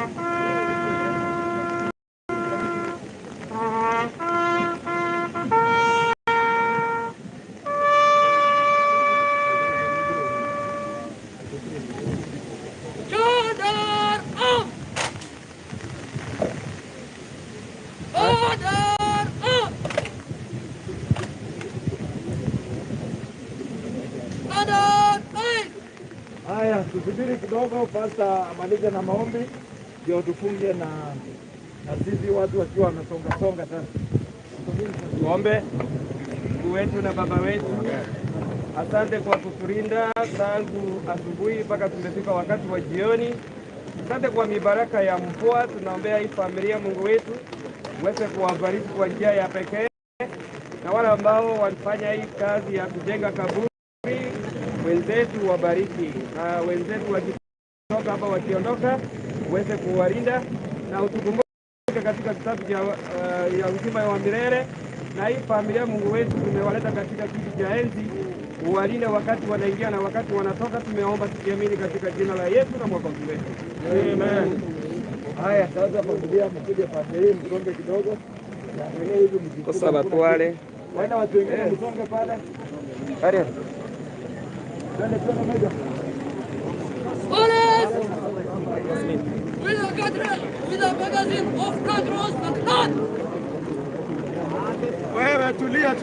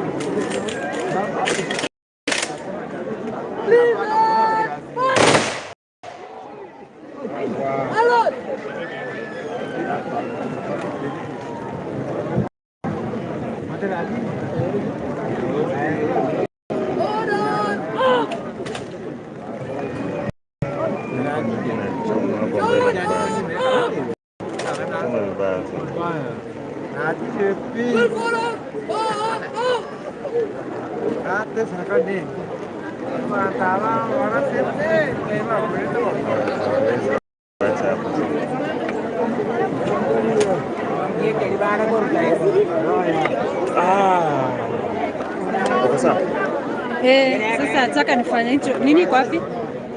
Stand. Mimi hako nayo mtanisho nani? Yeye maada. Huyu. Simontero. Wacha tu akae nayo. Sawa.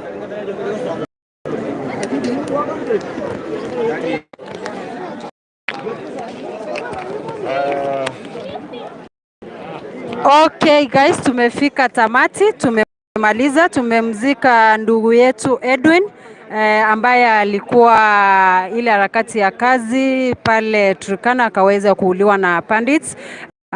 Amekuwa akitrendi kwa mtandao for some time, wakati alipopatikana kwamba alikuwa mmoja wao kati ya wale vijana ambao waliweza kuuliwa. Lakini kutoka kwetu tunaombea hii familia, Mungu aweze kuifariji, awapatie nguvu ili waonekaniwe. Na kwa mtu yeyote atakayetaka kusupport the family ama the wife, nimeshare the number. Nimeshare namba, angalau unaweza tuma kile kidogo uko nacho. Na kwa wale ambao maybe nimeudhi, na waomba msamaha na waomba radhi, kwa maana hakuna binadamu ambaye ni perfect. Tunasema kwa Kikwetu ndeta yore perfect. Nobody is perfect. So za samahani kwa yule ambaye maybe kamera yangu haikuwa mzuri. Pole zangu, haupo umepokea pole zangu. Na kutoka Kisii INKA TV tunawaambia asante sana kwa kujumuika nasi tangu asubuhi mpaka wakati huu. Sasa ninapoenda kumaliza nasema kwa Irene, tuonane. Before nifunge, nani ako na neno la kuniambia? Juu kumenyesha guys, tumenyeshewa tena kama jana vile tulikuwa tumenyeshewa, na sai bado kunanyesha, lakini wacha tukimbie angalau tukajikinge somewhere. Thank you guys. See you.